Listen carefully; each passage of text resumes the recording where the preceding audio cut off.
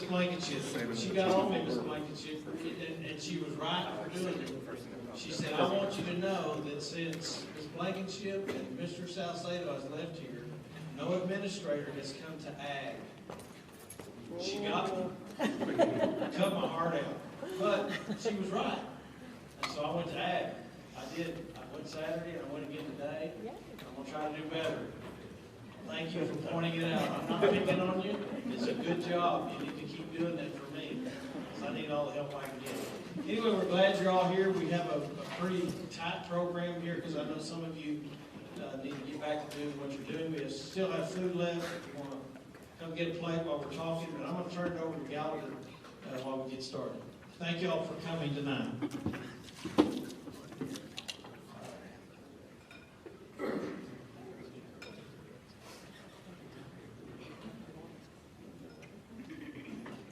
Okay, hello everybody. We'll go ahead and get started. Who was here at the last meeting or two? Okay, that means everybody with a hand not up was not at that meeting. I think there was somebody from those meetings at every table. So tonight's an in-depth conversation. What I'm going to ask is the folks with their hands up, please help fill in on stuff, questions, answer questions about the last two meetings. And essentially, my name is Rob Sarbottom with Gallagher Construction. My counterpart is Dr. Chad Jones. He'll talk again in a minute. We have Teresa Wick from Corrigan Architecture, who will be talking a little bit this evening, and Jake Lawrence from Government Capital, Financial Advisor. So we are, so as we get started tonight, the people who work here, our job is to do your homework. So as you're going through this process and we're having conversations, do we do something or not do something? We don't have an opinion. There is no yes or no from us. It is, do you have questions? What if we do something? How do we do it? How much might it cost? When can we do it? Can we do it in that spot? Our job is to answer all of those questions for you so you can make your own decision about moving forward, right? So, Gallagher Construction is a fiduciary to the district. We just help the district distribute all the information for the VADR that just passed. If you want to know more about that, if you don't know what a VADR is, stay after. We can talk to you about that. That was a really good thing for your community. We made $0 helping the district do that. But essentially, this is meeting number 3 or 4 over this conversation.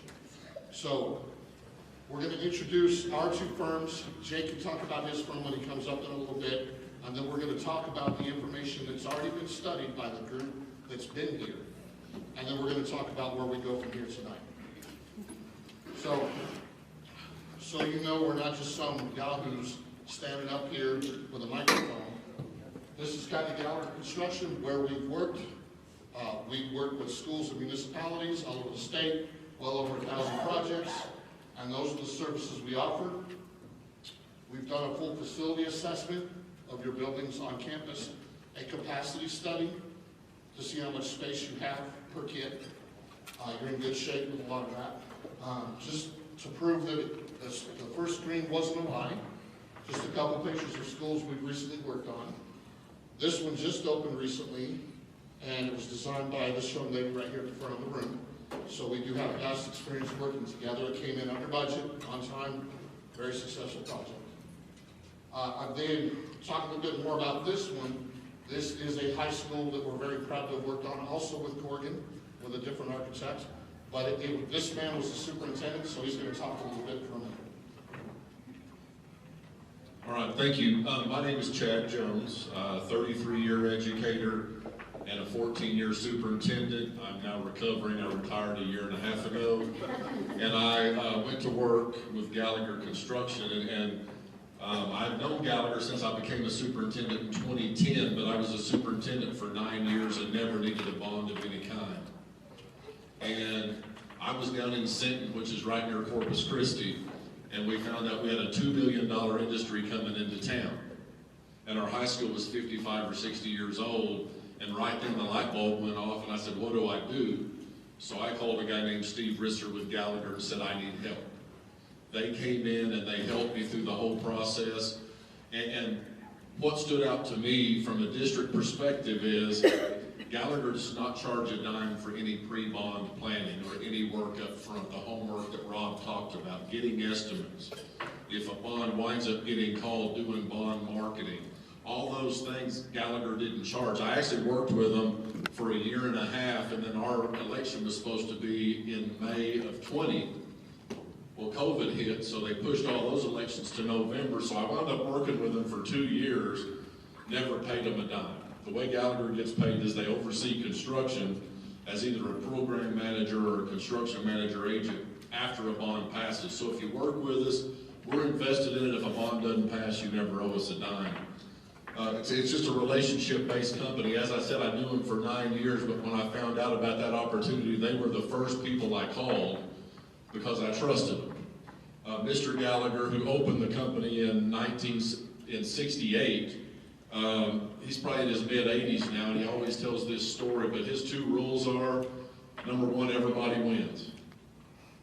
And you're talking, when by everybody, you mean the architect, the financial advisor, the community, the school district, the subcontractors. You go down the list of everybody.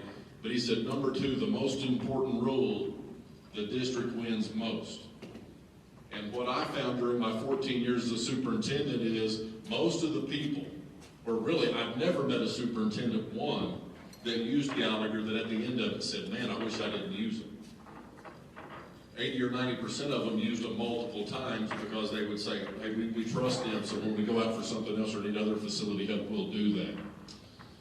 And so in Sinton ISD, they helped us. We did pass the bond. They involved the community. Something that I think is very powerful is this process right here. Right now, you're a facility committee.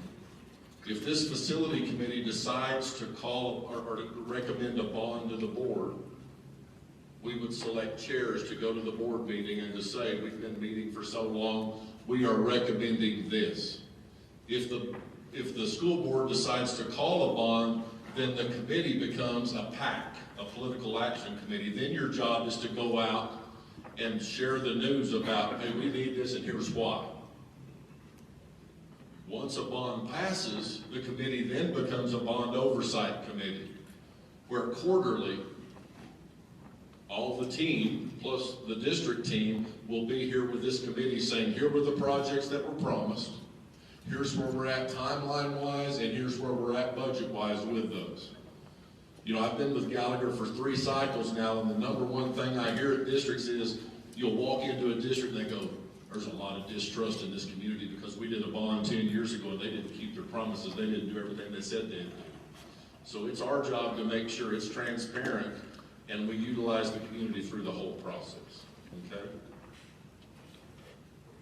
All right, well, thank you guys. I'll turn it back over to Rob. Yeah, ultimately, we're just trying to prove that we know what we're doing, so we're not up there filling you full of smoke. We have over $3 billion Gallagher of school construction, that's public schools in Texas right now, ongoing. And that was 3.8, we just finished a whole bunch of work. But then we passed a bunch of bonds in the last election, that's still going. So we do billions of dollars worth of work in public schools, and we have folks that live all over the state, so they're deployed easily no matter where that project comes up. Now I'm going to let Teresa talk a minute about who she is, so what they do. Okay, so I didn't know I was presenting today, so the good news is that means it's going to be very fast, and I'm not a big talker, so let's just do this already. My name is Teresa Wick. I'm from the Canyon, a Martyr area, actually, so I am actually related to a few of you here in the room, so I'm the local girl.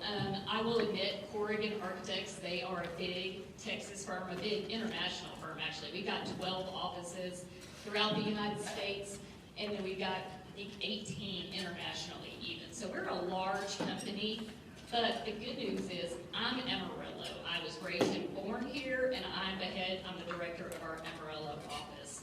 Nothing about Corrigan being a big firm has anything to do with me and being a West Texas girl. Everything I do is for West Texas, and I just want you guys first and foremost to know that.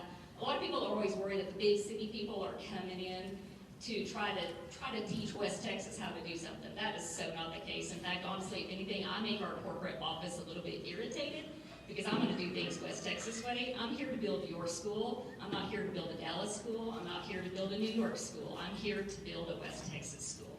That's what I pride myself on. I pride myself on being local. And as you can see on this very first slide, that's actually West Plains High School. Some of you guys may have been there. That's the New Canyon High School. This is probably my favorite picture since I started working with Corrigan. I've got that one framed in my office mainly because I love the cows. Nothing is more West Texas than the cows and a rusty trailer right in front of the school. Corporate hates this picture. I love it. So who is Corrigan? We are one of the top 10 architecture firms in the nation that does education. Like I said, we are a large firm. We've got about 1,200 people throughout our company and everything, and we're ranked top 10 for just doing schools. We've done over 18 million square feet of educational spaces just in the last 5 years. And then we've got over 70 years of education design. Me personally, not so much. I'm not that old. I'm getting there, but I'm not that old. I've got 23 years of experience, and all I've done is education. I've done everything from a pig barn to a bus barn to an auditorium, stadium, and I've done high schools and some really, really nasty renovations. And I will be the first to admit, I love nasty renovations more than I love a brand new building. I had issues. Like I said, we're rooted throughout. Texas is our home base. Corrigan Architects were started in Dallas, Texas. That is where the mothership, as I like to call it, and I get in trouble for calling it that. That's where we're based out of, is Dallas. And Amarillo is home to me. We started our Amarillo office about 6 years ago. And like I said, I'm the director. They moved me back here from Colorado, back to my red state, back home to mom and dad. God called me back. I was obedient, and so now I'm back in Amarillo. And I honestly say, when I left Texas Tech, left architecture school, I had no intentions of ever returning back here. God called me back, and I am so blessed and so thankful. You forget what kind of great people and what kind of quality of life are truly here. So the best thing is God called me back and me being obedient. So I just want to let everybody know I'm so thankful to be back. These are just some of the areas in the school districts that we worked with in the Panhandle. I worked with every single one of these districts. Dalhart, like Rob just mentioned, we just finished their new intermediate school. Amarillo, we did Amtech, their big career and technology school. Canyon, we did their entire bond, including West Plains High School. Renovating Randall High School, several elementary schools, career and technology. We worked in Shallow Water. We're currently doing a big renovation for Friendship. We've worked in Bodina. We're doing their new stadium right now, in addition out there, as well as Sweetwater and some other districts. The new high school in Bushland. So these are just a few of the local clients that we work with. These are just a few of the pictures. Like I said, the top two are West Plains High School that we just finished, and the bottom two are Bushland High School. And then just throughout all of Texas, all of the nation stuff, we just do every kind of school program that there could be. We've done it, and we're just thankful to be doing the next one. And that's really all I've got to say. Okay, now that the commercials are done, sorry about that. Let's talk about how we got here. And the folks who've been in other meetings, feel free to chime in. We're gonna visit the timeline. We're gonna talk about all the information that has been shared with the committee to date. Okay? We are here because of the Vader. So the Vader happened, the last ballot, right? I hope I'm free to speak for some of the pack, but when we started these meetings 6 months ago, 8 months ago for the Vader, there were several folks in the room that said, I thought we were here to talk about a new high school. We weren't. We were here to talk about a Vader. But we did spend several months up here working through the Vader process until it got passed. We're still here. We did an assessment on your buildings, all the buildings in the school. But the most repetitive thing that we heard the entire time we were up here was, I thought we were getting a high school. If we do this, then can we talk about a high school? So this did not come out of thin air. Apparently there's been a lot of communication in your community about a high school for quite some time. This, we're just talking about the stuff that did pass. Hereford, if you see, passed by 61%. That's going to be really important in just a minute. Okay, we're going to talk about that again, so remember the 61%. We had an open discussion regarding this slide in our first committee meeting. So what we didn't want to do is make any assumptions. We don't make assumptions for you. So we said, it doesn't matter where it's gonna be, it doesn't matter how big it's gonna be, doesn't matter what color it is. This question we asked of this group the first time around, do you want us to keep talking and answering homework questions about a new high school? And that was the only question in the first meeting. And we had a lot of dialogue, a lot of back and forth. And if I'm not mistaken, at the end of that meeting, it was 100% consensus. Yes, we want to continue talking or exploring the idea of a new high school. Okay? That was really the first meeting. We told them at that time, not the red box, but everything on the screen. This is what we would have to start reviewing if they wanted us to pursue future meetings. They did. The last meeting we talked about potential costs, a little bit about potential costs. We didn't have a lot of details, I'll get to that in a bit, and what it means to the taxpayers. Some of the considerations that we have to talk about, from what I've been told here, it's not a matter of if you're going to go out for a new high school. At some point, I've been told that's going to happen. Everybody says it has to happen. So it's when, right? So some of the homework that we did, this chart represents industrial and school construction costs per square foot throughout the term of this chart. So 2008 until 2024, basically, right? So what we did is we talked about this slight dip. Everybody remember what happened in 2008? We had a little bit of a crash. The market dipped just a little bit. That's rare, it hardly ever dips, and since 2008, even with COVID, there were no dips. So costs today are greater than they were yesterday, they're greater than they were last week, last month, last year, last decade. They never go down. Even when it did dip, it recovered super fast. So part of the reason to talk about that is your bonding capacity. Now Jay can talk more about that later, but the reason we bring up it's never going to be as cheap as it is today is because you're essentially going to have to take out a mortgage if you want a new high school. And the state caps how big a mortgage can be, how many pennies you can use, and Jay can talk about it later, to call a mortgage, a bond, right?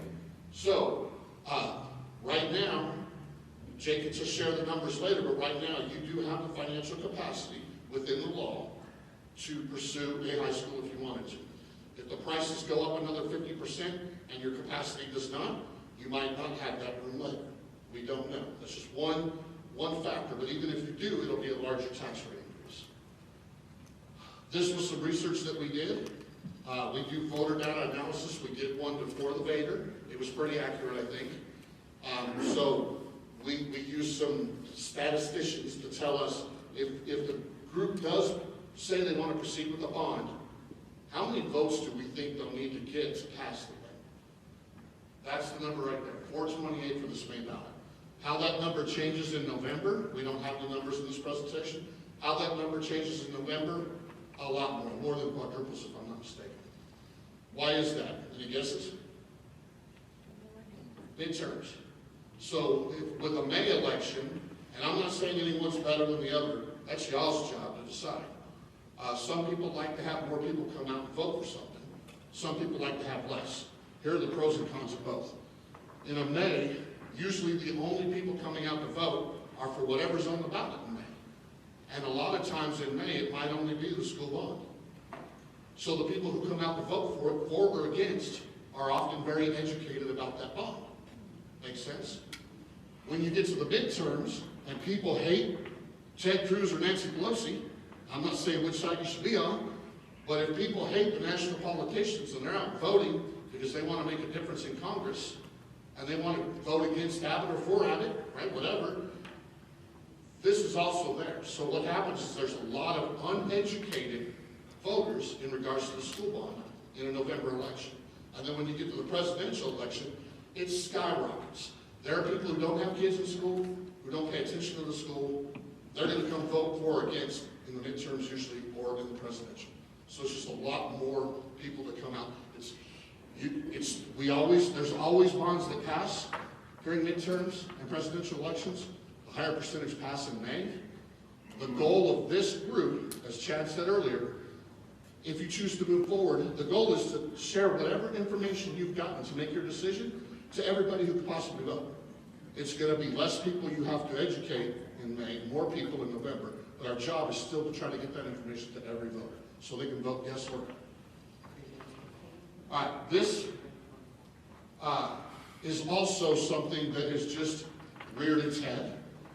Anybody here love paying property tax? I didn't raise my hand either. Okay. Nobody likes paying property tax. The majority of our property tax is made up of what? School tax. Okay. Governor Abbott has announced his campaign to be reelected, his reelection campaign. These are his campaign promises. These came directly out of the newspaper, copy and paste. Require local spending limits. I don't know that that applies to schools. Jake can talk about it in a bit if he needs to.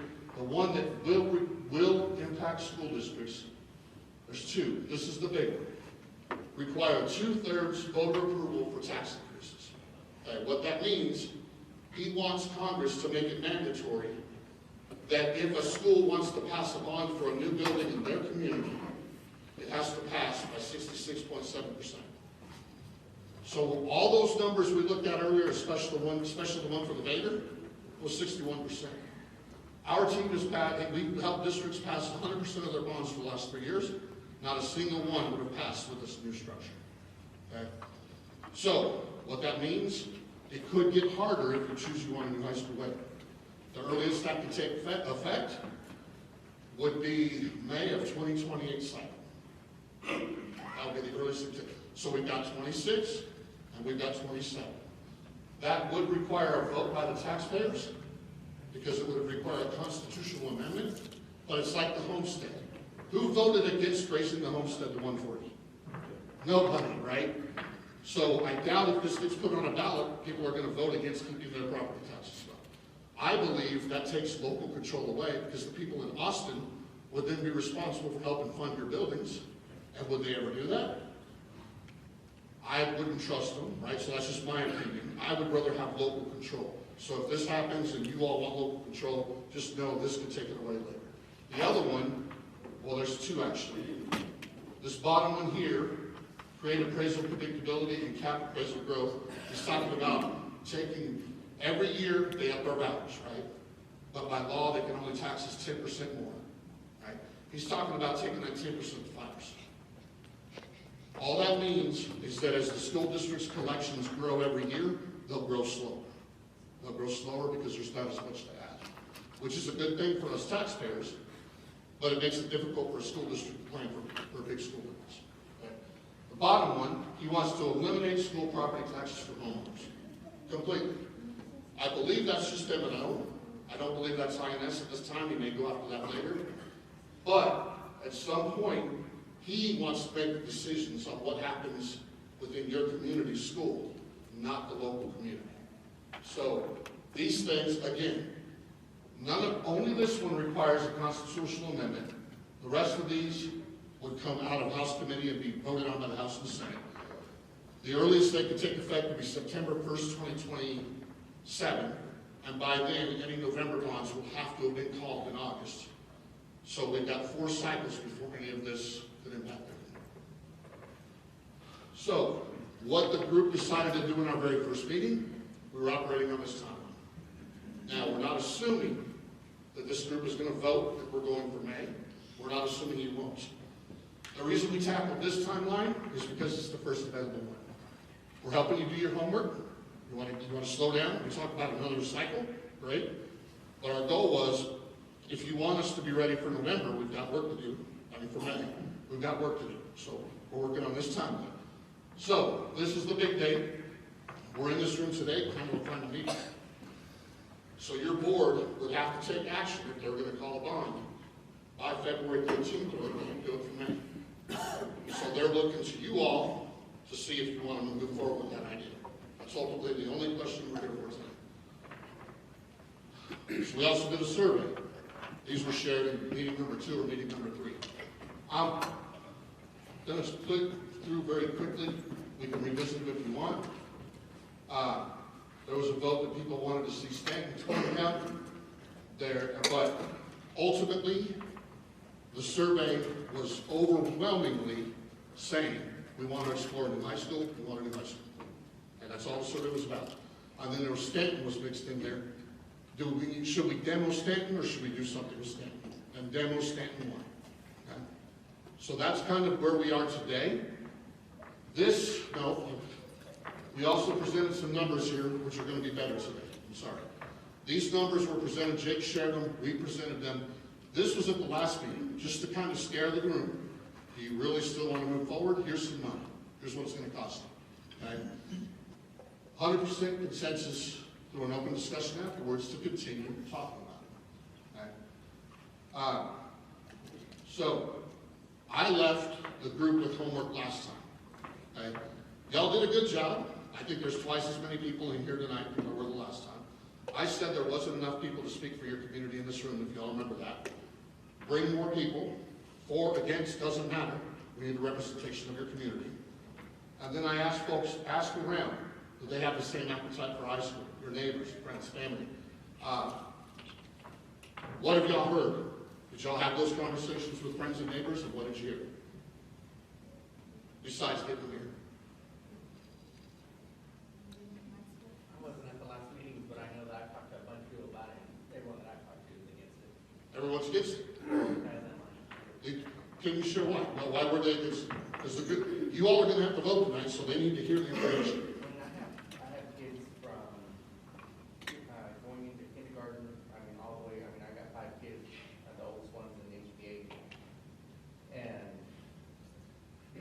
I just don't think, and I know that it's going to affect it. I'm going to be in the school system a long time unless I choose to move because it's certain cities that are way back in there. I just don't think it's, I want to know, I just don't think the school has spent the money that they've already had in the correct way. I don't agree with the way they go about spending money. I don't agree with the surveys that they send out, not knowing what to do with the money once they get it. The major money that we just got. And everyone that I've talked to has said the same thing. Well, that's good to know. I don't think that a new school, a pretty school, is going to help our grades, and that's what we've been struggling with ever since I've had kids in the school system, is our grades. We're failing. Having a brand new school is not going to bring in teachers that are going to do a better job than the ones we currently have. I think we should be worrying about getting the right teachers in place, figuring out what we need to do curriculum-wise, and help our grades. And let's be a passing school system before we worry about getting a great school. Because the stadium, the money that we spent on that stadium that we have, it hasn't helped our school grades at all. I have not seen any of the grades go up because we got a new stadium. Good. And I don't think a new high school is going to do that either. And I got kids that are going to go to Sure. and I don't think that pretty high school is going to do my kids that. So I do want to say that we don't have an opinion on that. And I'm not an expert in grades, scoring for schools, any of that stuff. So we're going to respectfully not, it's not our place to have that conversation with you, but it is our place to make sure the conversation is had so we can decide what the heck we're doing tonight, right? So I appreciate that. Yes, sir. Yeah, and basically the same thing. I'm not getting any positive for this. And Dr. Carter and I, we visited also the same thing. Of course, our failing grade, 3 Fs and a D right now in the last 4 years, doesn't help the system at all. And the vouchers are going to come out. I've got parents, I run a local insurance agency, so I deal with the community quite extensive. And so I hear comments all the time about the school vouchers. As soon as they get their voucher, they're out. And so how strong and how big will the school system be? And how many school teachers do we have in this system that are from Texas?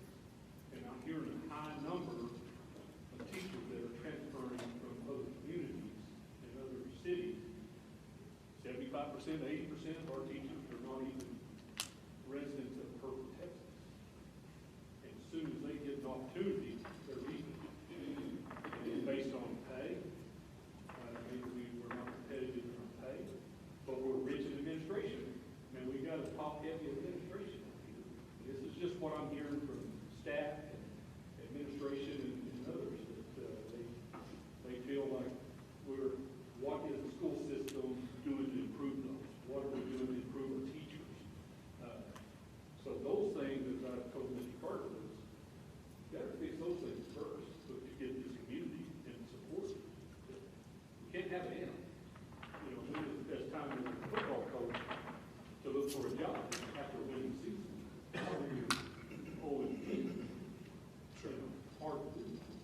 So And that's what it should be built, and then again, I know most of these people in here now are part of the school system. As I was filling out my signature here, 90% of the people or more are the school system. The school system, of course, they're going to be for it, as I will do. But look at the city, look at the county, look at everything else, and when you start looking at all the buildings in this community, yeah, we can say this for every building in the community. Every elementary, we've got more issues than just the high school.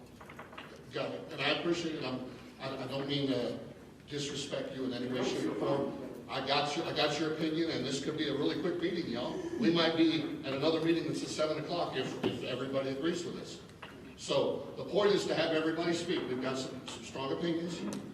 What else? On the topic of that, as far as I know you said to start the conversations, it didn't really matter where it was, what color it was, all that kind of stuff. The problem that I have too is the location of the school, because we built a triple gym, we built certain buildings in place, and you go and build a new school, a better school, a bigger school, it really concerns me, because we're already busing kids, we're already not utilizing some of the new buildings that we do have, and you go and build a school, if we're gonna put it in another location, are we gonna continue to use the buildings that we just spent a lot of money into? Well, the answer is yes, and I certainly appreciate it. Again, I don't want anybody to think I'm being disrespectful, but I want to appreciate everybody's time. I think we got to address your first question first.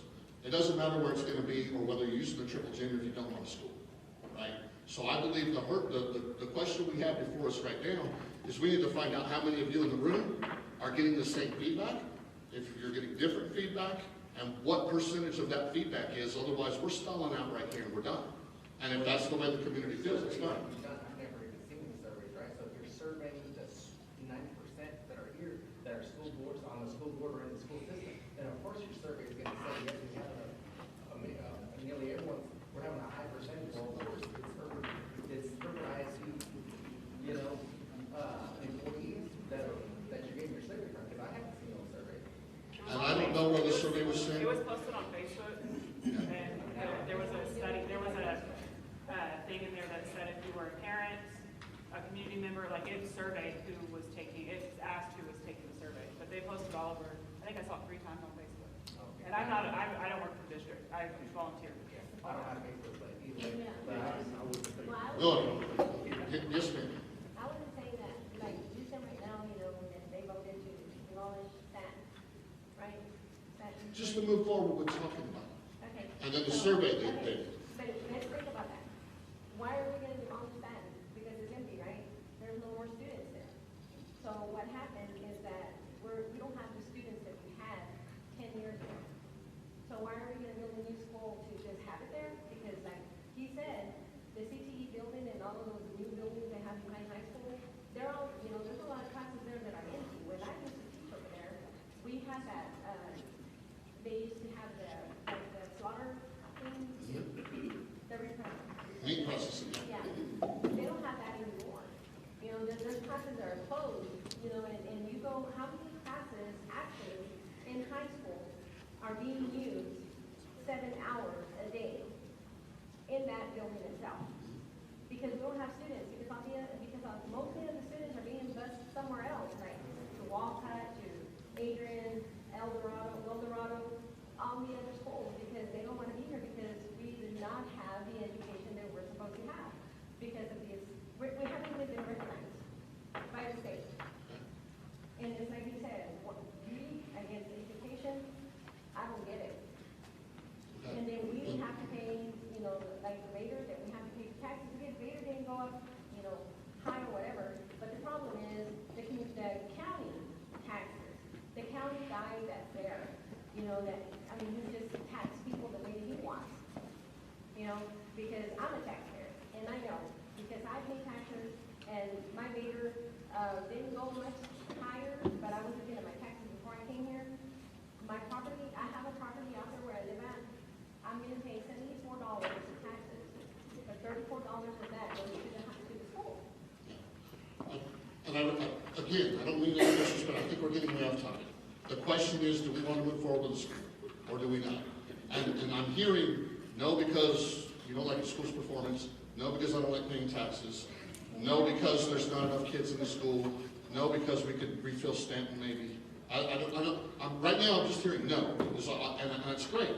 And if that's where we are tonight, we take the vote, like I said, we're done. I mean, if you're not ready as a community, the last thing I would want anybody to do is to put something on the ballot that the community's not ready for. This is kind of a shock to me, because I've been here 4 times, and this is the first time I've had anybody say, no, this is good, this is what we want. But, and it's great, I'm glad you're here. And please, I'm gonna try to keep this going, and I'm gonna get to you next. I do not want to disrespect everybody's time, so what I'm really hoping to do is, are we moving forward tonight or are we not? To me, it doesn't even really matter why. That's for your community to talk about. I'm a dude from, I don't live here. I'm from Amarillo, but it doesn't give me the right to argue with you about why you would vote yes or no, okay? So I like to kind of try to move this thing along and find out if everybody feels and has been hearing the same things, then we're almost done. Sir? I think part of what's being missed is, you said it previously, it's not a matter of if we're going to build a new high school. We're going to build a new high school. We need a new high school. If you have walked the halls of Hereford High School, and I think that's part of the reason why people that work in the district are so passionate about this. If you walk the halls of our high school, and if you are like myself, I work for the district, I'm a coach, visit other high schools, you quickly find out and come to the conclusion that our building is not representative of us as Hereford. I think I speak for a majority here, because I understand that there are some people that are anxious about the taxes and anxious about money, and I'm a school teacher. I understand that. I'm right there with you. High school is emblematic of the community. This is an investment in our community. And so I know there's talk about, hey, there's some kids that are going to Adrian or Vega, and that's fine. You know, that's up to parents, and parents can make those decisions. And I know there's talk about, you know, there needs to be an emphasis placed on education and how are we going to grow teachers and things. And there's a teacher shortage going on right now in America. And I'm not sure if anyone knows that. But again, I work in those schools. I've worked in those schools. I've been a teacher for 9 years. In the time that I've been a teacher at the junior high, I and my companion here, Coach Morrow, are probably the longest tenured teachers at Hereford Junior High. And at some point, yes, we do need to address the fact that, hey, why are teachers leaving Hereford? Why are they taking better paying jobs? And why are we having to draw people from outside of our community to come teach teachers? I can tell you this right now, and if we make an investment in our community, investment in a new high school, that will move the needle.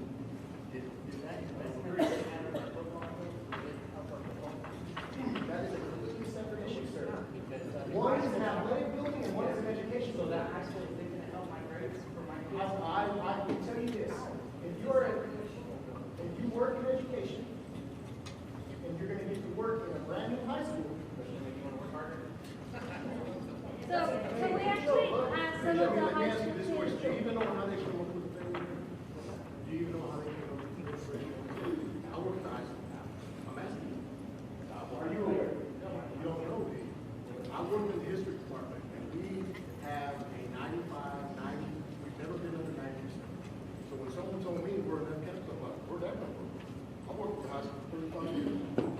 Our department, and I can only speak for my department, but we didn't do anything to get to that rate. We are still teaching what we're supposed to be. Our kids score very high on the test, and I really don't want to get lost on the testing, but you're basing it on a grade that the goalposts have been moving on us from the state. Now, why are the goalposts moving on us from the state? Why are they changing criteria in the state? They're doing it better. They're not. Every school, That's not true. So if you look at our area, Loomis has the exact same grade we do at the junior high. So like if you compare us to other comparison groups, we're very similar and actually higher in our comparison group. There's different grades you get on those grades. If you're a lot of times you're comparing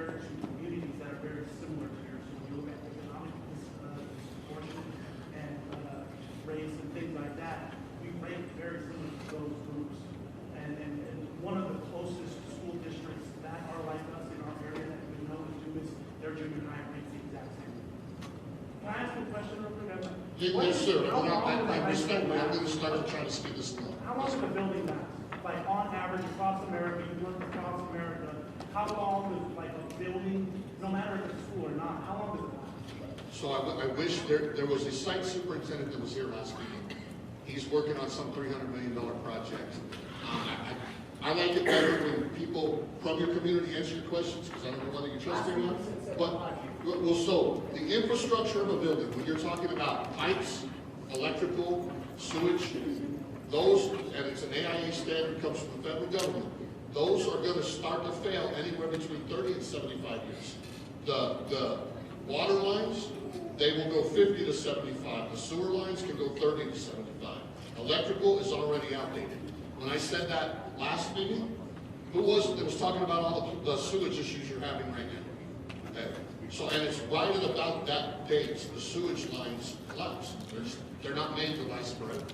So thank you for that. My father also works in this district, he works on the plumbing. And so when you say that, sir, it's not just the high schools, it's the elementaries, that's scarier, right? Like, so it's not just the high school. We have 70% of our buildings were built in the 50s.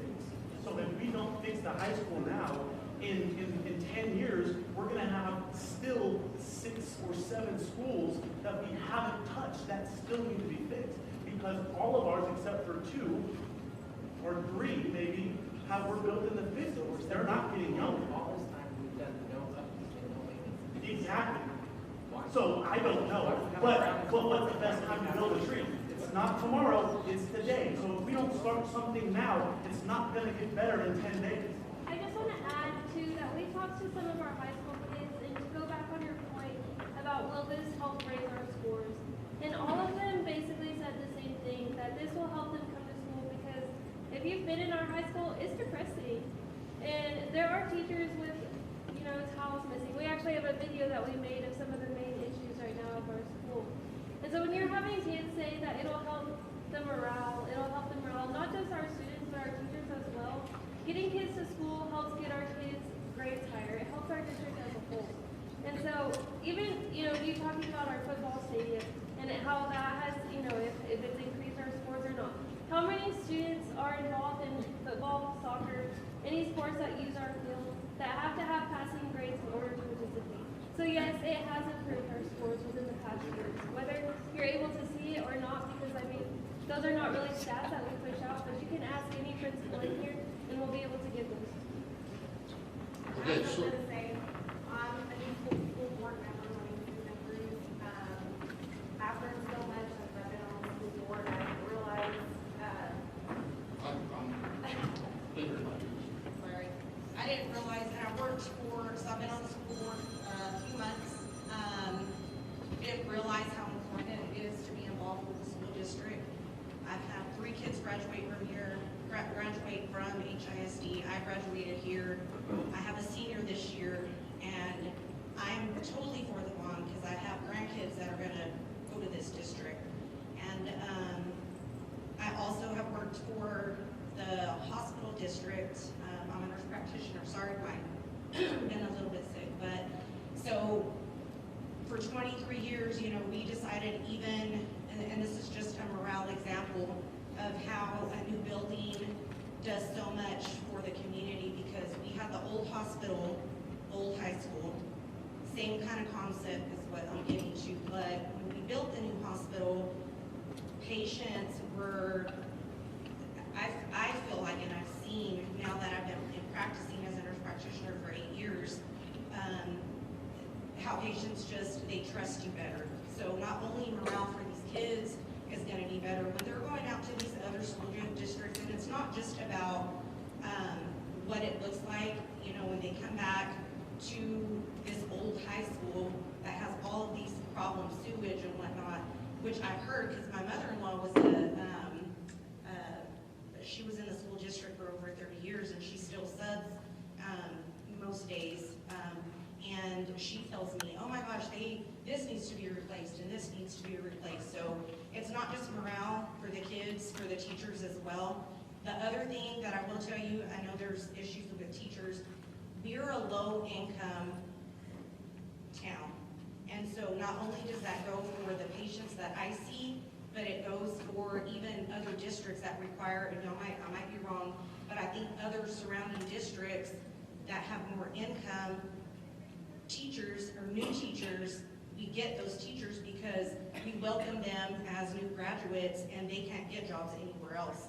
And it's the same thing for physicians that with the hospital, physicians might not be, or they get rural healthcare reimbursement, so they come here and then they leave. So that's another thing. So teachers come and then they leave because they can get better jobs other places, or they're not even from here, they're traveling. So I think there's a lot of different factors, and y'all have valid points, but I'm for the bond because working for the district, now being on the school board, and learning so many things since I've been on the school board and the training, I'm for the school bond. One other thing, as many school board meetings that we have that are open to the public, I haven't seen hardly anybody in the community at those. So I encourage everybody, and tell your friends, whoever, you do learn a lot. The budget, I mean, it's something that is open, public. It doesn't have to be on Facebook if you don't have Facebook.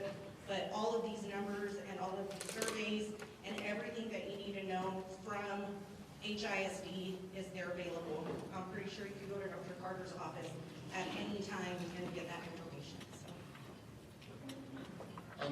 The only thing that I don't have an opinion. I do want to say when somebody says the sewage line's failing because of its age, why hasn't it been repaired yet? The age of all of the buildings that are that old over at the high school, that's a large capital expenditure. Jake can talk a little bit about how school finance works, but there's not enough money to jackhammer through all those floors and replace all the sewage lines. Stuff like that requires a bond.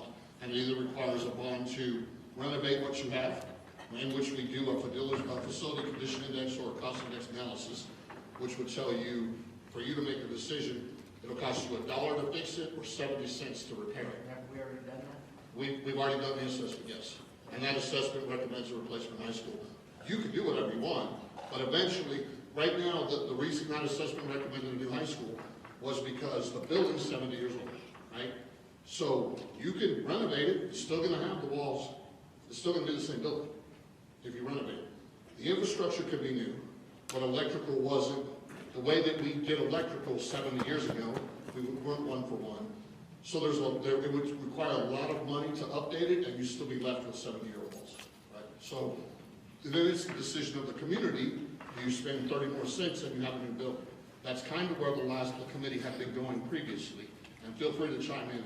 But again, I don't want to get too bogged down. We've heard from 3 tables. We can hear from more if we need to. What's your opinion of taking that? Yeah, I got an opinion. Hereford, we need a vision for our future. Right now, I believe the new school will be the best thing for this town. I was a teacher for 2 years. You can smell the school. I don't know if anyone's ever been in the school. It's got an odor. It stinks. The carpet, yes, we can replace all the carpets in the world, but that doesn't bring, morale to the town. Right now, it starts with the school. And everyone's complaining about the elementary schools, all those things. If we start with the high school, what can be next? The new junior high. You start somewhere, but I think right now, if we're against it, I don't think we have a great vision for our town, and if we lower our standards and be victims, I don't think that's good for Hereford. I think we need to raise the standard, raise the education level, and I think you do that with the new school. And I think there's a lot of people that I've talked to in Kiwanis Club, Stevens 5-Star, and just people that I know that have been for the school. And they were like, yeah, we need that. The big question, where? Well, that's not the point right now. The point is, we need to say, yes, we need to do this, or no. And I think that maybe there are against, and maybe you are against it. And maybe you're worried about taxes. But from the last meeting, our average house income wasn't, or not that income. It's $11. Yeah, it's not $11 if you go to McDonald's, and I bet everybody's gone to McDonald's and spent more than $11. We gotta think better for ourselves and our town to focus on the school. All I gotta say is if you're spending $100 at McDonald's, I'm going with you. Whatever we need to do. Anybody else at that table want to share? And we're going to start. They need to be a little quicker. I don't mean any offense. Anybody disagree? Want to throw rocks at him? Okay. What about y'all? Anybody at that table want to share out anything? All the heads are going now. And I don't think you want to try to push this as you No. trying to do. You think I'm pushing it? Well, we want to speed this thing up, we want to do that. This is a big decision. Oh, okay, well, yes. And, so you need to be able to listen to people, and the And community is for a new school, so don't, I mean, they're going eventually, but we're putting the cart before the horse is what is happening here. We gotta have a better teaching system, we gotta have better grades, we got, there's a lot of things that I feel that the community that I feel visit with, other than 90% of school teachers, is, that's the vote you're getting here tonight. You're getting 90%. Well, so that's a good question. Raise your hand if you don't work at the district. I just want to point out, this invite has gone out to community members the last 3 meetings that I've been at. And the last meeting, the first meeting, I think we had 10 people. The second meeting, we might have had 15, and now we have more. That's why there's more district people in here, you see, because community members are not showing up for this. They feed us. They have offered childcare before, they don't anymore, but they have done everything to get people to come to these meetings, and I have been at every single one. Community members are not showing up. It's not just because the district's here because they want a new school. The district is here because they know what needs to be done. They see it every day, that there's sewer gas, there's not enough outlets to plug in Chromebooks. There's tiles falling out of the ceiling, coming up off the floor. I mean, that's why there's more district. I'm not a district employee, so I'm a community member, but I have been at all of these. They put it out, they email, they put it on Facebook. There's ways to find out these meetings. Community members are not showing up to these meetings. So whether it's 90% staff, 10% community members, everybody's been invited. Everybody's been invited. I think a big key, though, to what he's saying is there's a lot of people in this room, and we would love to hear from everybody. Not this, once we hear your opinion, we've heard that. Everybody's heard it. Let's hear from as many people as we can hear. Well, and to your point, have I not said in every meeting for the people who've been here, we need more. We need y'all. We need all the voices, not my community. So y'all need to have a better representation of your community before you go throwing something on a ballot. I think I've said it every meeting. And so I appreciate the other voices. We need to have them. I've heard, I think, opinions from everybody over here, and maybe opinions of people you've talked to, right? That's great. I'm trying to see, the next slide is we're going to define consensus, okay? The consensus is, as we go to vote later on maybe an amount, and whether you want to place something on a ballot, what percentage of vote in this room wins, right? If it's a standard election like you're going to see on the ballot, it's 50% plus one vote. I haven't counted yet. Some people will go. There's 39 now? Okay. So that would mean it takes 20 votes to push this thing forward if it's 50% more vote. I'm going to ask you as a community, and maybe we need to go ahead and go there, but this is your community. Do you need just 50% of the people in one vote to push this along and keep talking? Or do you need it more like 60 or 70%, like the governor wants supermajority? That's something we didn't know from you, so that but the reason we gain consensus is to vote something out of this committee, like they do in Austin, and it goes to the floor for a vote, right? That you're voting it out of committee, and it's gonna go to a ballot. So I'm trying to figure out if we even need to get to this stage, okay? So I need to hear from more people. You raise your hands. Okay. My wife and I, we live in the Canyon School District. We transfer our girls to Hereford because of this community and because we see what Hereford does. And we see how good this school district is. We had them in a different school district, and it was terrible. There's a lot of teachers and administration that cares a lot for these kids. I don't get to vote, but I pay the taxes because I own property in Destin County, and that's why I'm here. I know there's problems with the high school because my daughter goes there and tells us about them, not being able to use the restroom and problems like that. I would like to hear from somebody at the high school or at the administration about the problems, just a few of the problems at the high school, and also the safety side of the high school. Let's face it, if there was an incident at the high school, how safe is the high school? Where streets and kids walking in and out of buildings. That has me worried as a parent. Something happened to my kiddo walking. And I would like to hear the reason why we need a high school from somebody who's there. Well, I'm going to find the person to give the mic to. First, I'd like to come back and apologize to you. When you said pushing this, I'm not pushing the bank building. We help people pass bonds, and if it's gonna fail, I don't wanna be part of it. I truly wanna know if this is the thing that this whole room wants to push out. And I'm gonna get on a soapbox for just a second about that point, okay? If this group outvotes another group to put it on the ballot, the group who votes to put it on the ballot better damn well work their butts off that everybody gets the same information. Because this is not gonna be an easy bond to pass. So if that side wins to put it on the ballot, I'm sure the folks who have concerns are gonna be educating their friends, and I'm sure you will have to educate your friends. So this isn't something we're taking lightly tonight. If you put this on the ballot, you're committing to making sure everybody gets the information so they can vote their heart. And we're gonna need everybody in this room talking about it one way or the other, okay? Your community.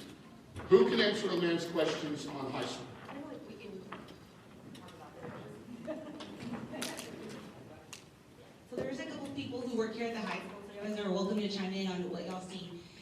So the restrooms at the high school, I keep telling Dr. Carter, I think we really need to do a tour so that way you can get eyes on what the restrooms actually look like. They're terrible. Like even just like on the staff restrooms, you cannot go to the restrooms without having like a massive gap. So and I'm not exaggerating, like you go into the restroom and you're like, oh, I'm in here, because you can see everything through the cracks. That's why I use the men's one. Yes, the men's restroom is not any better, and this is just for staffing. We just deal. I mean, like I'm super embarrassed whenever we have just people come and visit our campus. I'm like, can you please use the restroom somewhere else before you come here? It's to that point where it's embarrassing. Last week, I believe it was maybe like 7:40 when I got to work. By 7:42, I was already getting called that the restroom was flooding. There was nobody in the restroom, school hadn't even started, and the toilets were just completely overflowing. Probably earlier in that week, or maybe the week before, the sewer was coming back up. And again, it was just that the girls were going to the restroom, flushing the toilets. We don't have enough stalls we have 1,122 students, give or take, right now. The restrooms that we don't have enough restrooms for that amount of students. So whenever they're going in, they're flushing the toilets and the water just starts coming back up. So it's not anything that anybody is doing, it's just what is it, like the main lines that they're just terrible, they're always being called. The stalls, they're old and they're just literally falling, I don't know how else to describe that, they just fall apart. So right, and we just did, Mr. Hedrick came by and we're working on the restrooms, trying to make them a little bit better. But we're just putting a Band-Aid on the issue. We're not addressing it. They're terrible. So whenever you want to, you're more than welcome to come to the school and visit the restrooms. Any restroom, they're terrible. The other question was about the security. That is a big concern for us, and it is scary. And you really think about that. Like our campus is spread over 4 different buildings. Whenever that bell rings, the doors open up. So we have 4 campus administrators, or 5 on the main building. Veda is over at CT&E, so she's across the street. Then we have the cafeteria. So let's say you talk about like freshman lunch. So freshmen, we have them in the main building over at CT&E, and then we have them over at the cafeteria. So some of our kids are walking over 2 blocks just to get over to the cafeteria, and you're hoping that they make it over there. Of course, we're trying to monitor, but we're only so many people out there. At any point, really, anybody can walk into the building if there's not a teacher at that door. So we do try to monitor as much as we can. Our staff is really good about recognizing our students. Do they belong here? Do they not belong here?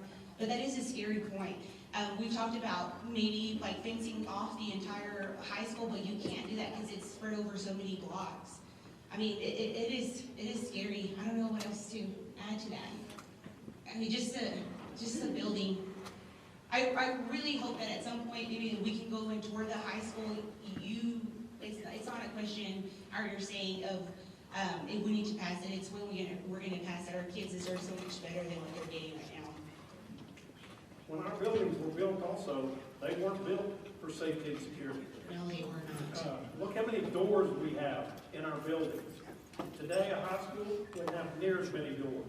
We didn't build them over 3 blocks. Yeah, it's over 3 blocks, and then we have the back sections to the high school. You know, I'm a kid in high school. I want my kid to come home just as safe as I want your kid to come home.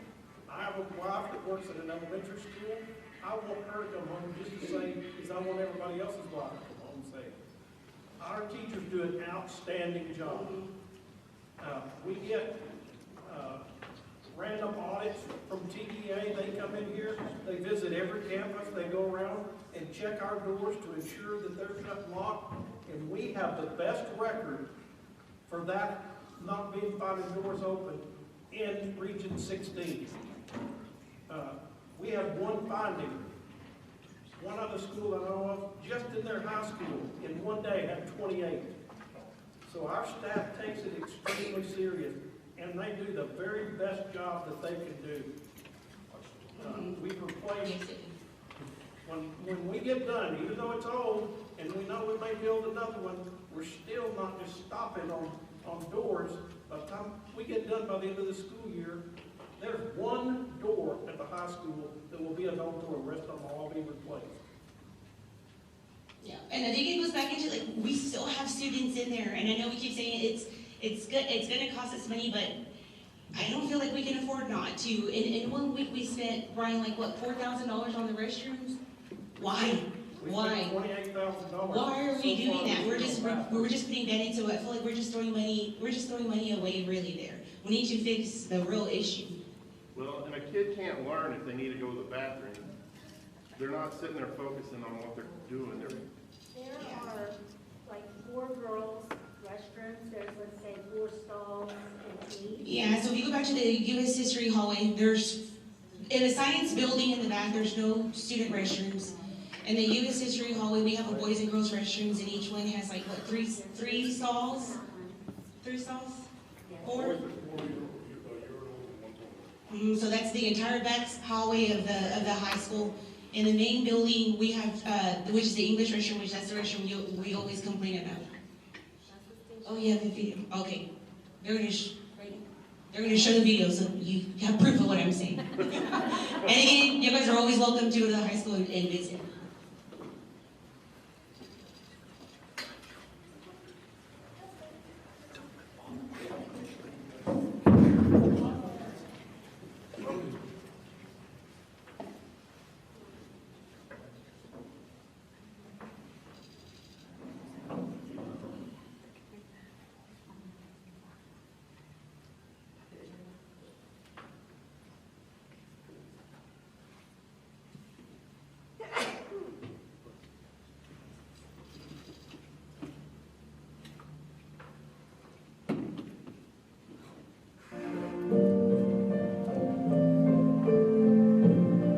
My reasoning for a new high school is that we deserve the best for academics and our extracurricular activities. I think that really with like what we are given right now, like it's enough, but it's not really enough to excel in what we're trying to. And I think if we're trying to keep up with other schools, that there's a lot that we really need to look more into, like band and even some sports that aren't getting enough attention. I also think that like with the classrooms that we're given, some of them like the heaters break or something like that, and it just makes it not a fun learning environment. And that's my reasoning for a new school. So our reason, or my reason, why having a new school would be better is because like this high school is holding on by a thread, and it would create like a better working environment for the students. And, yeah. My reason is because if we're gonna stay with this school, then we're gonna be wasting money on things that we have to repair like every single year, which would be wasting money. So if we get a new high school, we wouldn't have to like waste as much money on repairs. So, I mean, yeah. The reason why I think we need a new high school is because I think we could get more programs bring in to the new high school. I think we need a new high school because this one's really old and like it's like falling apart and like the restrooms are bad and like we've had to fix the sewage system like many times and like that's taken a toll on the school. And yeah, thank you. Hello, my name is Marlene Potenciano, and one of the reasons, or some of the reasons I believe we need a better high school is the environment here. I feel like sometimes we don't want to come to school for some of these reasons, and I feel like in general, we want some motivation to come to school. And I feel like this will affect future generations and how how they can treat a new high school and how we can be the change for them, since we didn't get those same opportunities that we have now to have a better high school. People need to understand that sometimes change is better, and sometimes like the bathrooms here are not great, and they have to keep on refixing them, and that takes money out of our school that could be used for something else. And in general, I feel like a high school will be such a better idea for us, since we don't have to waste money on stuff that we're gonna build. And I also believe that like when you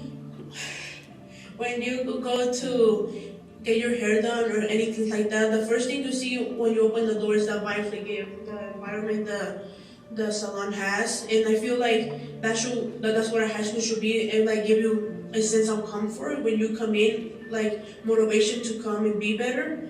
And sometimes you can't find that around in the high school. And sometimes it takes you a long walk to go to the cafeteria, to go to CTE, and some of those times like it takes a long walk. And sometimes we don't want to take the long walk. And I feel we should have a better high school for some of these reasons. Hello, my name is Carol Martinez. I am currently a junior in Hereford High School. While Hereford, Texas is known as the beef capital of the world, we are widely overlooked. For an example, our school building. Our school building is more than 30 years old, even more than that, as I'm thinking. Our school has remained the same since my dad came here, and he was born in 1984. And so that should be an example of how old our school is, and it has not been updated since. I believe the funding for our school could widely improve not only the school, it can improve our community, our students, our opportunities, and its image. As an image for Hereford High School, we are known as a very small town where not that many people go off to colleges like Ivies, like for example Yale, Cornell, Harvard, Stanford. Not that many students go to those schools from here. We've had some, but not many. I believe the improvement of our school and its courses can improve those chances and have a better image on our school, being known as studious, diverse, and having a wonderful community that we can all thrive and grow in. We have multiple different types of careers to offer, but not that many resources to give those people that want to be aspiring lawyers, cosmetologists, doctors, nurses, welders, and people that want to be experienced in culinary. All these CTEs classes that we have are very beneficial for us, but we need improvement. If we don't have improvement, we can't grow. We are like plants. We need to be able to grow, and we can thrive in these updates to our benefits and budget for our school. I believe also that with this new funding for our new school building, we can improve motivation among students. A lot of students do not like to go to school, maybe because of the courses that are offered, the resources that are given to them, and maybe just the energy that our school has. I believe our school gives like a dull energy that not that many people are thrilled to go to school every day, but I believe a new building can provide more energy and more motivation for students to grow. I believe we should also be able to provide multiple different types of educations, maybe more of like our CTE classes, STEM, and so much more than that. With your help, we can make our school better and grow as a community and give more opportunities to those who have a strong future, being global leaders, being a strong impact on our world. And I believe that Hereford, Texas truly needs this funding for a new building. Thank you so much. Hello, good afternoon. My name is Espinosa. I feel like for this year or like in a couple of years, we can have a good school that can bring us light, like bring to students like, oh my gosh, I want to go to school because it has light, it shines to the other schools, like for students basically. And I feel like students can understand more better for the communities, helping us, such as like having better restrooms, better classes, having better ACs or heaters at some restrooms or some classes. And it helps like students more understand understand their health, I guess. I don't know, yeah, but yeah. Hello, my name is Dylan Dominguez and I'm a sophomore at Hereford High School. As a very involved student, I think a new high school could benefit not only me, but everyone. whether that be community members or students. Students can gain academic help from this, or it can help with your CTE certifications. When students are happy to learn, they become more involved and they also want to be more engaged. That helps in sports because they want to pass all their classes to be able to be eligible.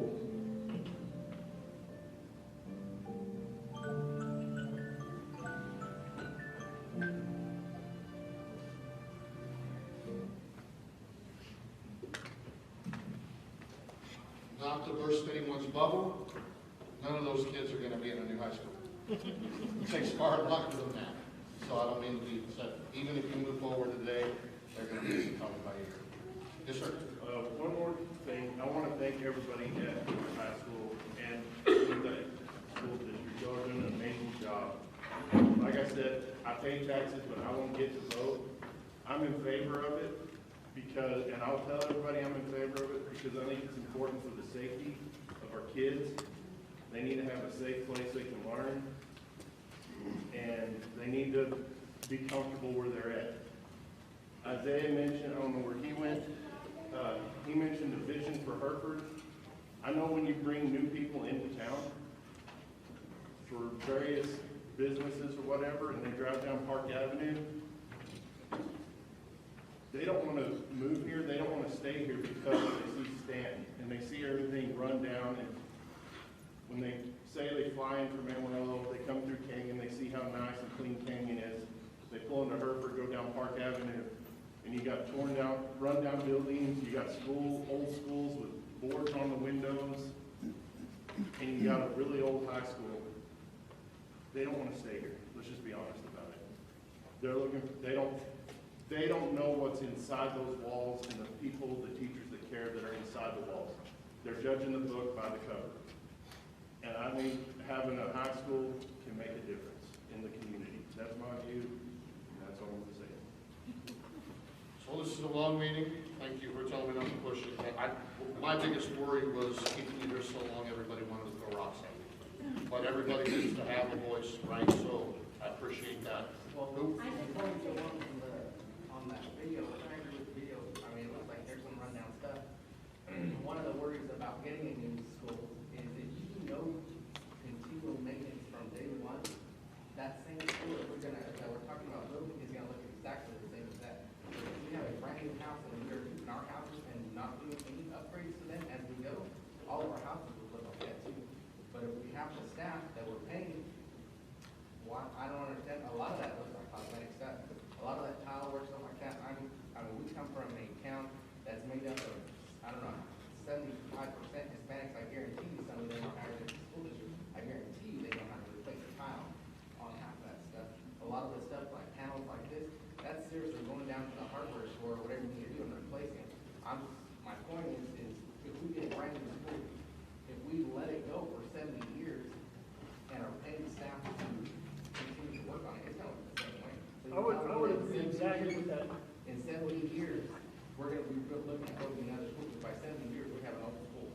So in 70 years, are we going to be looking at building a whole other school because it's going to look run down the same as what we've got? But those classes that they showed right there, they're not really classes. They look like they're abandoned. And then that big old part y'all showed right there, that was behind the auditorium, really. That's been like that since I was in high school. But shouldn't we get better for our kids that I want to mean, be in the theater? I mean, they don't clean it. I mean, it was all dirty and just abandoned. That's just putting a Band-Aid on it. Yeah. If you No, go to y'all our don't even put a community Band-Aid on schools, it because it's been like that since I was in school. If you That's go to our not the community auditorium, schools, something that we don't use. it's so much better than what It's something our that's not kids are being given. used to educate kids. Hello, my name is Macy Shields. I'm actually the new theater teacher that just got hired at Hereford High. So hearing someone say, oh, that stuff is so dirty and it's not going to be cleaned ever and the kids aren't going to be using it. I've been working all year to get all of that stuff cleaned, all of that stuff organized. As one person, there's only so much that I can do. And a lot of that stuff in that theater, on that stage, is heavily, heavily outdated. Safety concerns all over the place, and all of them need to be replaced so it's safe for the students to be able to effectively go in there and have class time in the auditorium so I can effectively be able to teach them things. lot of things that my students ask me, hey, can we go do this? Hey, can we go do that? I have to tell them no, because it's just not safe for them to do that stuff. We don't have the proper equipment for them to do that stuff. And that's discouraging to me, coming in here as a new teacher, because I don't want to have to tell the students no. And if we get that stuff updated, and if we get that stuff, safety regulated, then we can go in there and start teaching the students the things that they want to know. We can go in and use that space completely, and effectively, as you were saying, that it's just not being used, and it can be if we get it updated to where it needs to be. That's what I'm saying, that there's a lot of empty spaces in that pool that's not being used, it's just abandoned. Why do we need all of that? Do you mind being specific on what exact spaces? We weren't able to film with students in the classroom just for the safety of those students and kind of the laws that we have around them. So whenever we went and filmed, it was either there wasn't a class in that building, or not that building, that room at that time, or it was after hours, so that way we didn't interfere with class time. No, what I wanted to see in the video was actual classroom that one was of those being used. was mine. You know, so that we can see. And Probably it's the what best I thing for you to do. Probably the best thing for you to do is go take a tour. Yes. Yeah, I mean, to tell the. I mean, rather than sit here and speculate and argue. Yeah. One of the pictures that was shown was the old gym. So right now we have a huge jump over increase special education students. So one of our parents pulled a small group table and put it in the old gym in order for her to provide services to our students. So whenever you're saying that we have 50 classrooms, I wish we had more to provide services to our students. So, if I, yes, I've been in this district, I worked in the district since 2016, and I've had an emotional because 3 of those students were my kids in second grade that did not want to talk to coach, and you couldn't even tell. And so that is why we need high schools, because they deserve it. And when I first came, I taught at Terra Blanca before the remodel, and I had to have, and the district did provide some, but I wanted some fancy ones, and I went and bought extra rugs because the electrical outlets were not, it just wasn't conducive. I don't know when Terra Blanca was originally built, but it wasn't conducive to what we needed, and that was 10 years ago when I was in the classroom, where technology wasn't what it is right now, and the expectations that we put on teachers. And so I just feel like they deserve, I mean, at the end of the day, why do we need high school? Because they deserve it, and just like everything else. I think even like now what she's saying is it's been cold. Our building is an open building, so it's cold. It doesn't matter if our kids are walking between the buildings, and they're walking out in the rain, whenever it's snowing, it's cold, so that in turn affects our attendance at the high school. I mean, anytime that the weather gets bad, we already know our attendance is going to be bad just because of the weather. you have something? Yes. Back. You know, education is tough. There's always problems from grades to buildings to state requirements to funding. We are trying to work on it and improve things as we go. So the question of a high school is not if we'll build it, it's when we'll build it. A building doesn't last forever. It doesn't. And this building is already 70 years old. And we've had people 70 years ago that invested in a school that's been able to last this amount of time. The costs go up every year. And so the real question is, as a community, will we step up and fund the next 70 years for our students? 70 years is a pretty impressive time frame, I think, for a little bit of money to make a huge impact and a huge difference. Yes, sir. I would just love to ask the people who are still against it, would you vote? Because you say, hey, why can't we just go fix the tile? Why can't we, go fix the plumbing? When she's talking about the other morning, 8 a.m. or 7 a.m., kids weren't there, the toilets are flooding. My dad there, the one that's fixing it, they've got 2 guys working on plumbing for the entire school district. Would you be in favor of a bond to fix this building for the 70 cents on the dollar that it would take to create a new one? Or are you just trying to pinpoint naysayers? I would, if we're not gonna take care of it, if we're gonna treat this new building the same way that we must have treated this one, then I would. If you treat the building perfectly, how long do you think if you can't treat the plumbing? Upkeep and make it as far as replacing some of this stuff. I agree. No, I agree on the plumbing. There's also some of this stuff that we can't fix because you can't buy part of it. I agree with you. I don't even think that the ceiling tiles or chairs, the roof leak, you know. No, I understand that, but why did it? It's not because of, it's, they repatch all the time. So would you, so my question is, would you agree, would you vote for a 60 or 70% of the 100% bond to do the entire renovation of that school? We're not gonna take care of the school. We're planning on taking care of the school, what we just did. Your plan is not been taken care of. I am. What you've seen. I am. It's been built over 70 years. That I look at, it looks. You live in a house 7 years old? You live in a house 7 years old? You updated it? Yes, I have. Okay, so we've updated it. I got cars. Really, some of that stuff looks like it's updated. They haven't been, got the home. We sit here and argue all day, but I think you can go to a vote now. Yeah, It's not gonna change. I was trying to wait for a respectful stop, because the last thing I want to We be. sit here and argue all Yeah, day long. well, here's what I'm hearing, I'm gonna make an assumption, I apologize if it's incorrect, but I don't think anybody's selling the other side either way, right? So, the whole goal that we had tonight was to try to figure out how the rest of the community's feeling, so that the people in the room can vote how to move forward. So, just real quick, and I'll just sum it up with I don't think it's the building a new school is going to be the big issue.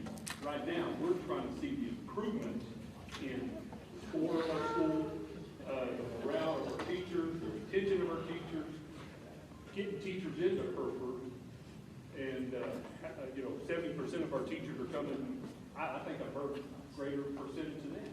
70%, and I've heard up to 85% of our teachers are coming from outside Chestnut County. So, the community, I think we could sell the new school, but we've got to have these other things in place too. It's just, as you say, build a new football stadium and they will come. We will have better morale, we will have better football teams, we'll have more attendance. Did that happen? It did not happen. So, that's what this community is, the ones that I visit, of course, I'm outnumbered tremendously here. And I think that, and I know most of the school teachers and superintendents, and we've got great staff, great people, great Hereford community. I got 4 businesses that I run here, and you're not running me out. You're going to have to take me in a pack bag and get me out of Texas. And so I do love this community, and I do love our school systems, and I bleed maroon and white, I tell you. Garza and I went to school together, and hats off to you guys. I could be a school teacher today. I would be until But again, I don't think the biggest issue is the school, because anytime we talk about schools, we talk, the very first thing is our grade, our morale, and everything else. When you're done, we'll take a vote. I'm about done. Let me say this. Stanton is not empty because we don't have school, we don't have kids to fill it. That's not true. Stanton is empty because it's condemned. The 3rd floor is falling in, the 2nd floor is falling in. You have a report from 2012 that was done condemning those floors. We cannot house in that building, period. We're at that point with our high school. I take offense at the fact that there are people over here saying we don't maintain. That's not true. If you will go up and down our halls, they're maintained. They're taken care of. You say, well, I saw all that. Yeah, you did. Because guess what? It's an ongoing process. And ultimately, and you know this yourself, Matt. I'm Mark, man, Mr. Collier, let me just do that, Mr. Collier. You know yourself that at what point do you make a decision that it's time to stop putting good money after bad? You got a 72-year-old high school. Stanton was built in the early 1900s. It's fallen down. In fact, you be careful if you walk around it because the outside tiles are falling off. So it's a danger. It's a hazard. My husband's on the fire department for Yeah. 15 years, and they've already told every single firefighter here. Do not enter. If that place were to catch fire, they would let it burn because they're not going to risk the life of Correct. my husband or any of his friends. That's correct. No, you're right. But here's the reality. So we have a sewer. We have a huge sewer problem. A huge sewer problem. how much is it gonna cost, Mr. Collier, for us to dig down through all the walls and the foundation at the high school that's 72 years old? How much money is it gonna, because you're a builder, you know. Yeah, well, I serve as city commissioner right now, and we see that all, our infrastructure is falling apart. But I mean, under our building, is it good for us to go dig all that up? No, it's not. It's not good. And so now we got kids walking up and down the English, I'm telling you, you can go down there any morning and you can smell the sewer in the English department. And it's so bad. Where's Lindros? Lindros up at the history section. Can we smell sewer at times? Yes, sir. Yeah, so I mean, the sewer gas is coming up because those pipes are collapsing. We either have to fix it or we have to go to another building and condemn that one like we've done with Stanton. Well, as I was saying before, Dr. Carter, I think you've got a lot of people in support. Right. Who would support it if we took care of it. I think we are taking care of it. I mean, I heard curriculum mentioned. We've hired new curriculum people. We are moving in the right direction. Region 16 is in here. You know, we've got walkthroughs going through. I mean, I can answer all those questions. I have to be honest, I've never seen you in my office to come complain about the curriculum with scores or any of that. Listen, y'all are welcome to come and talk to me. My kids go to a Central and to Yeah. create, and I've been in both of those places. Yeah, well, but I mean, if we have a systemic problem in a district, I need to know who you Well, are. hopefully you know about that. Hopefully you know I about do, it. no, I do, and we're working on it. Yeah. We're working on it. But that's But what we're worried about, I mean, if I had a kid, man, I'd be pushing so hard for something to be built because I wouldn't want them smelling sewer all day. I wouldn't want them in a place where if I walk from, you know, how many of y'all familiar with Hope, Arkansas school shooting? Kids went in, they pulled the fire alarm. The two kids that shot were up on a hill and shot the kids as they came out. That's a pretty amazing thing to think about. Our kids, the bell rings, they come from CTE, they're outside. They come from the high school, they're going to CTE, they come right around the corner. Drive around the high school. Band, art, any of those things, they're in and out all the time. You could sell that all day long, Dr. Carter. It's not safe. And it's not safe, and people will support it, but the very first question, how are our scores? What's our morale? Where are our teachers? What's going on in that area? I'm with you. Those are some of the things that most of the people I've been with in the community, they're addressing that first. I wish they'd come talk to me, because we are addressing every bit of that.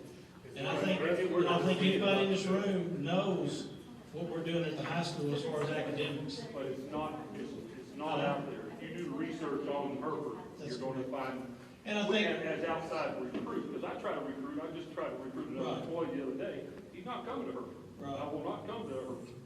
Well, give us time. But I mean, like Kuka says, and there's another principal out here too, Demera can tell you, this is not a one-year problem.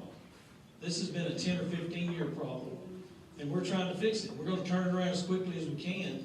But in the meantime, what do we do about our building? Well, that's the big question. What do we do? I'm just telling how to sell it. It's just a hard to sell right now. Oh, I agree. I agree. I discussed that. No, we did. No, we did. I know, and that's why I invited you to come. I wanted you here. I wanted that out. I wanted people to hear it. I'm not trying to be the dick. I'm just trying to deliver you the truth is what's happening in the community. But it's not a well representation. The community is not well represented in here today. You've got school district. And 100%. And I understand every one of those issues. I've been in that school and recently my wife worked in there not long ago in the high school. And those things are falling apart. So let me ask you this question, then you can take your vote. How do we get them in here? Because they've all been invited. If you'd like to see the email strings, the Blacks, you know, I've invited Herschel, I've invited all of them. And you know, Kerry told me himself, well, I graduated in 1973, and that high school needs to be replaced then. I'm for it. Just get it on the ballot, I'm for it. Well, I need him here to say that. You know, people from the banks, people from the community, we have tried. We have emailed and called and gone by and asked them to do it, you know. And there's some people that would be here tonight had it not been for a funeral and a death in the family. But that's another issue. Well, you're going to vote here tonight, and it's going to get overwhelming. A majority, 80%, 90% probably here tonight, that's going to want it. Well, so it's true reflection of the community. Put it out there on the ballot. That's what I say. I mean, the PAC committee from the Vaders said that we needed to go forward with this. If it didn't pass in May, go to the next May, and keep it on the ballot till we pass it. And in the meantime, and I think it's, and you and I had this conversation the other night, the bad thing is it's in May. If it was in July, you're gonna see some growth this year. And we would have the test scores to demonstrate that the growth is there, because we're already seeing it. We just can't see it. Well, as you were saying, we're probably just a year early, but. We probably are. Yeah. I mean, we may be as far as the concerns you're raising. But how long can we wait? That's the question. Mr. Collier, I'd like to add that in the survey we had 663 responses. Out of those responses, we actually had a small amount that were actually, part of our school district. A lot of them were our community members and even parents, which I know they are a representation of our school district. But most of those were in favor of a bond for the new high school. I also want to add that even though a lot of the people in here are a part of our school district, they are also citizens of Hereford and property taxpayers.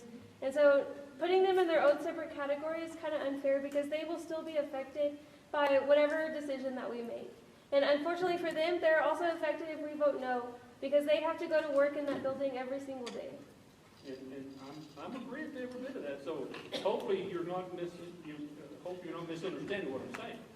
That not against it, it's just there's things that's got to get done. I mean, we've got to see some positive things in the community, and not someone at cabinet saying, why are you living in Amarillo or Canyon?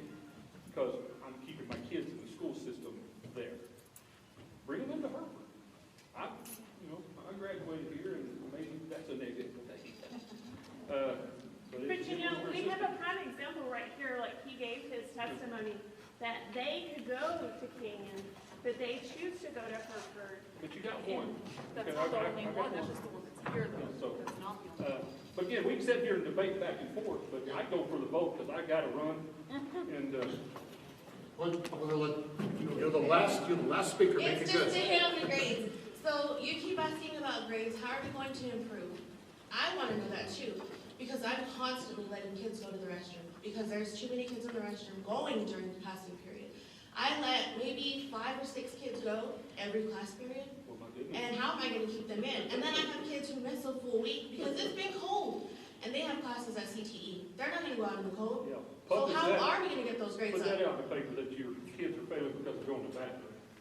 See how well that goes. They're missing instruction time. Well, I'm just saying, that's not going to go over very well if you put that out there. That my kids are failing class because they're going to the bathroom. Well, so the recommendation that's going to be made to the school board, I just want to make sure people understand, it doesn't have to be just, if this group votes that we're moving forward with a bond, you could ask that in the recommendation, and you could speak at the school board, say, hey, if we're doing this, I would like to see a thought-out maintenance plan on how that new building's going to be taken care of. Because it doesn't sound to me like there's anybody in here that's against the school. That you have other issues that are not my business to talk about, right? And so I feel like 100% of the people say, yeah, if we can have a school, and it can be taken care of the way it needs to be taken care of, and the grades will come up, nobody's against the school. I don't think anyone realizes, I have 5 kids that are all going to go to high school. My son is in 8th grade right now. He's going to go to high school next year. Of course, if I ask my son if he wants to go to high school, he's going to say he wants to go to high school. Yeah, of course. If you ask him if he wants a new house, he wants a new house, right? So that's not really a great little survey, but I do want my son to go have something nice to go to school in. You know what? Yes, he probably goes to a nice school. My goal is the biggest portion probably is, if we're going to do this, that, it better be well taken care of, but it sounds like the gentleman over here says that he's only one. I don't know if we have a maintenance program or we don't, but I just hope that we have one if we decide to do this, because we cannot be letting piles of everything fall down, and I understand it's a process, but that looks like a process was very good. I mean, if we get to that point, would the district be opposed, and I'm asking district people now, would the district be opposed to identifying a maintenance plan for taking care of the new building? We're already. All right, so. We started on that 3 years ago, but again, I tell you, we're trying to replace some of the standards that's so outdated, you can't get parts for it. I know, I'm thinking about my knee. All right.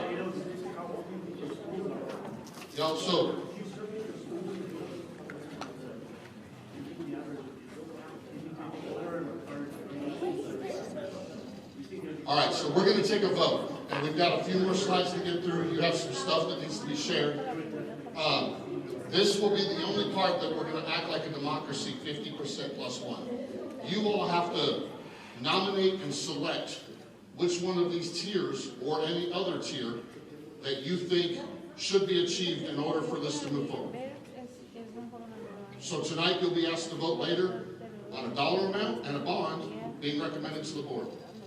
So what percentage of this group, and I understand the different, I respect all of the different opinions, I'm hoping that fail or move forward, that the people know that there was a consensus reached in the meeting tonight, either move forward or not, and that everybody accepts the consensus, right? So what percentage on this board helps you all achieve consensus and feel good about it? I agree with Greg Abbott. I think it should be over 60%. Over 60? Yeah.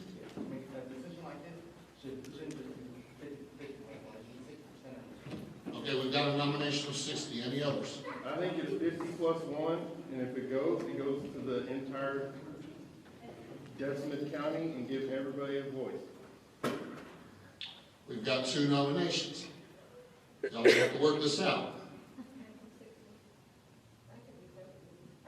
So we've got 2 votes. Okay, let's take a vote. Will you help me count? I think we still have 39, maybe 38. I think we're just left. So we're either going to need 19 or 20 to get past this level. So we're going to start at the bottom and work our way up. If you think it should be 60, 70, 80, don't raise your hand at 50 plus 1. Only raise your hand if you think that's where the line should be. All those in favor? Just a second, what's that going to mean? What's the? So later on, after we share the financial information and some potential layouts of the school on the property that will answer your questions, then we're going to ask, do you want to move forward and to tell the school board to move forward with this? That's what this vote is going to be for tonight. Right now, we're establishing whatever y'all are happy with. If you need 60%, that's a majority. Or do you need 50% plus 1, or do you want to shoot for 70? And we've had 50 plus 1 and a 60. Here today, though, we can go 70, it's going to be 90% today. I can only work with the people that showed up for me. So, I mean, that's going to be a gift, honestly. Let's do another, I'll do 10%. If that's what it's going to be. So just go, I mean, I think just go with what? I'd rate both. If you're going to get 90, or 90, 95, so go 51. Is it vote? Well, okay. With respect, how many are going to be okay with this? We're going to start with 50 plus 1. We'll approve that. And then when we get later and we vote on the bond question, we'll figure out what that percentage is. And if it's over 50, we can feel better, whatever. But all those in favor with true democratic standard, 50 plus 1 vote moves us forward. Somebody help me count, my shoes are on. That's over 20. Okay, we're going to move along.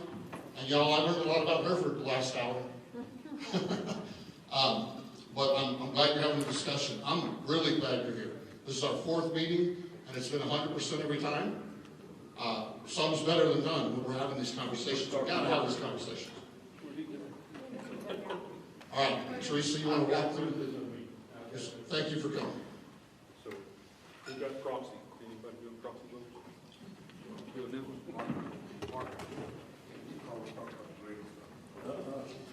Okay, what I'm going to discuss, and keep in mind, these are just concepts. We were challenged less than a week ago just to confirm square footages and a potential site. Like you said, it's going to be a little more expensive if you go to a brand new site. So what we were challenged with is, can we work with the sites that we've currently got? Especially given the fact that we've got relatively new gymnasiums and CTE programs. If we move to a completely different site on the other side of town, that's a whole different, problem to resolve. So they just ask Oregon, square footage wise, knowing what you know, knowing the experts for education, can they fit on the sites that we've got? So what I'm going to show you are literally just concepts. These are not designs.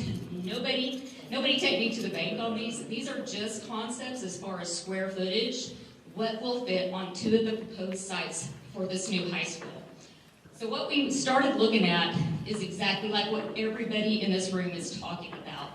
If you go to the Stanton site down here on the south side, what kind of distances are we talking? And you can see right over here, well, you might not be able to, they're pretty small numbers. You've got a very, very long walk. If we are to build on the Stanton site, you've got a long walk to get up to the gymnasium that we're going to try to salvage. You've got an even longer walk to get up to the CTE. Those are the sites we're trying to salvage. So what's our concepts? Can we do? What's the pros and cons for the various sites? The first option we went with is, can we make the Stanton site work? Short answer is yes, we can. It's going to be a lot tighter. Obviously, the parking will be a bigger issue, because at the end of the day, we're looking at 150,000 square foot high school minimum if we reuse the existing gym and the CTEs and stuff like that. And if I'm in anybody's way, just tell me to move.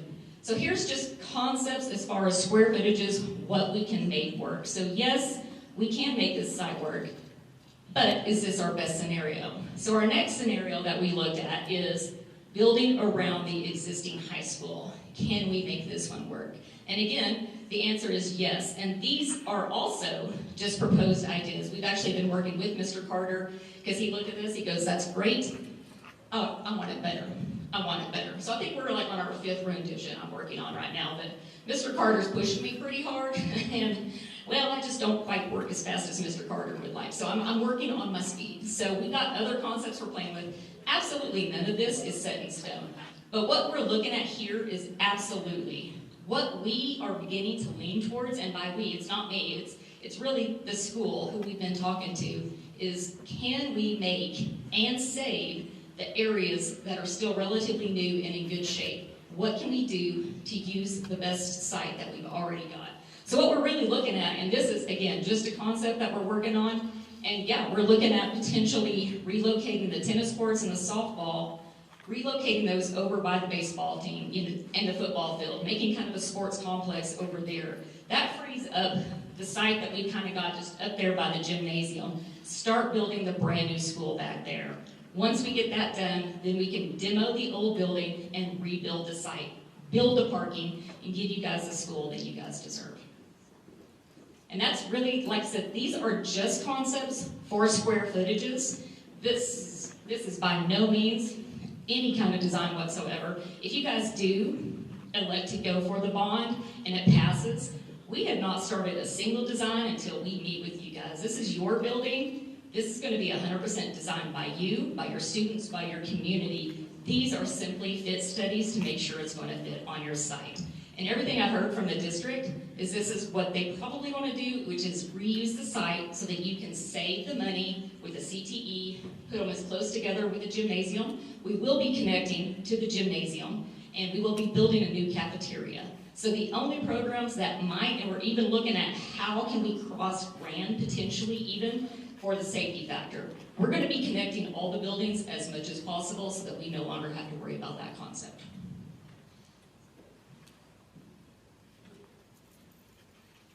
Okay, so what I want to talk about on that, and then we're going to ask Jake to come up for a couple minutes and talk about tax impact.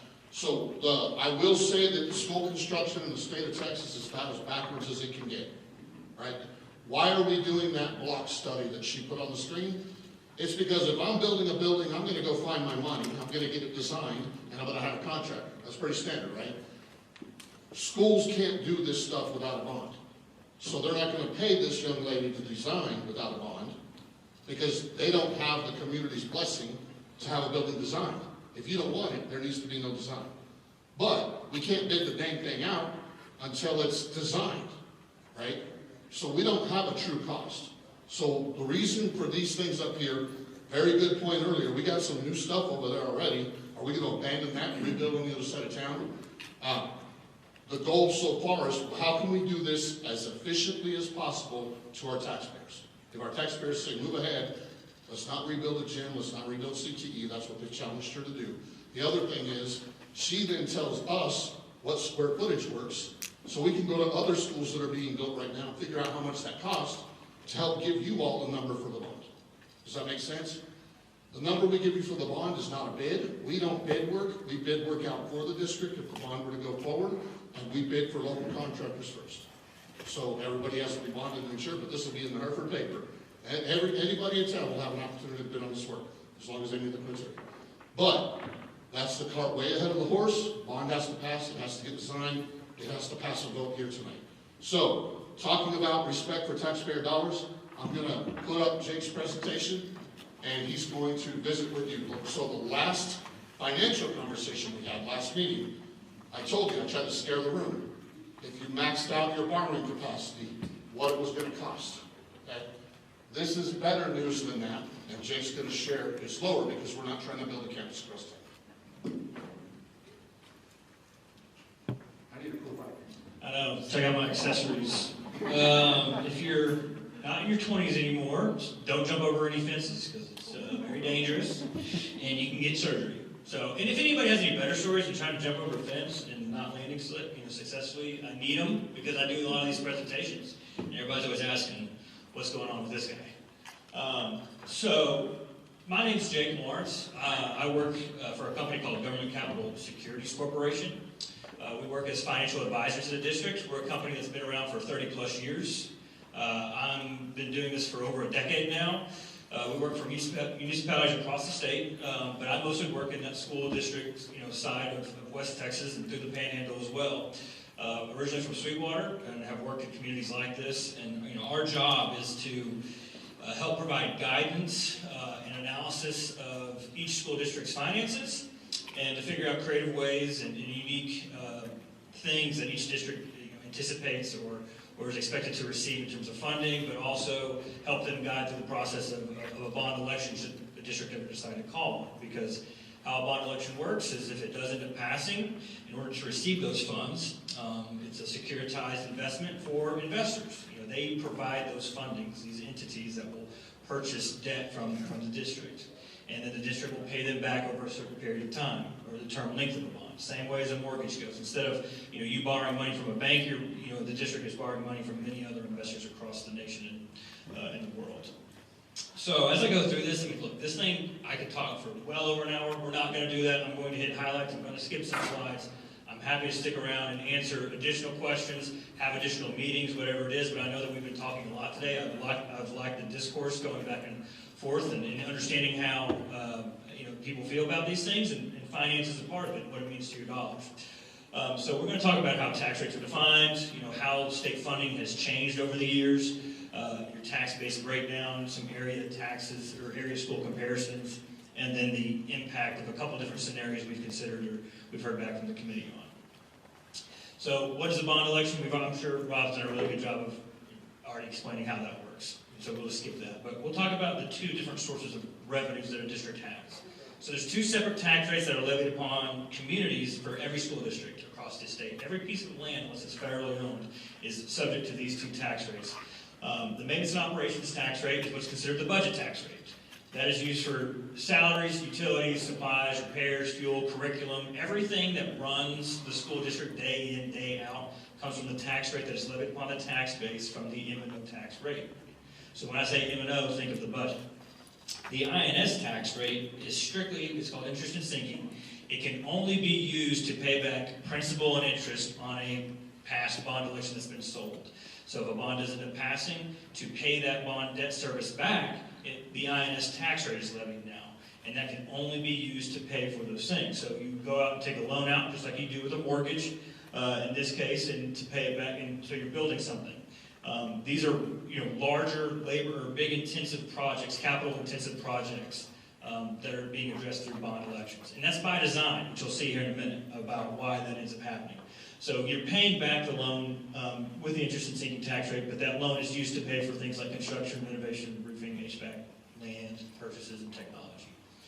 You cannot commingle these two funds. You cannot call a bond election for teacher salary increases or things like that either. The M&O taxes are subject to the state funding formula. We'll talk a little bit more of that in a minute. But INS taxes are all, in this district's case, it's all locally sourced and paid back through local tax base there.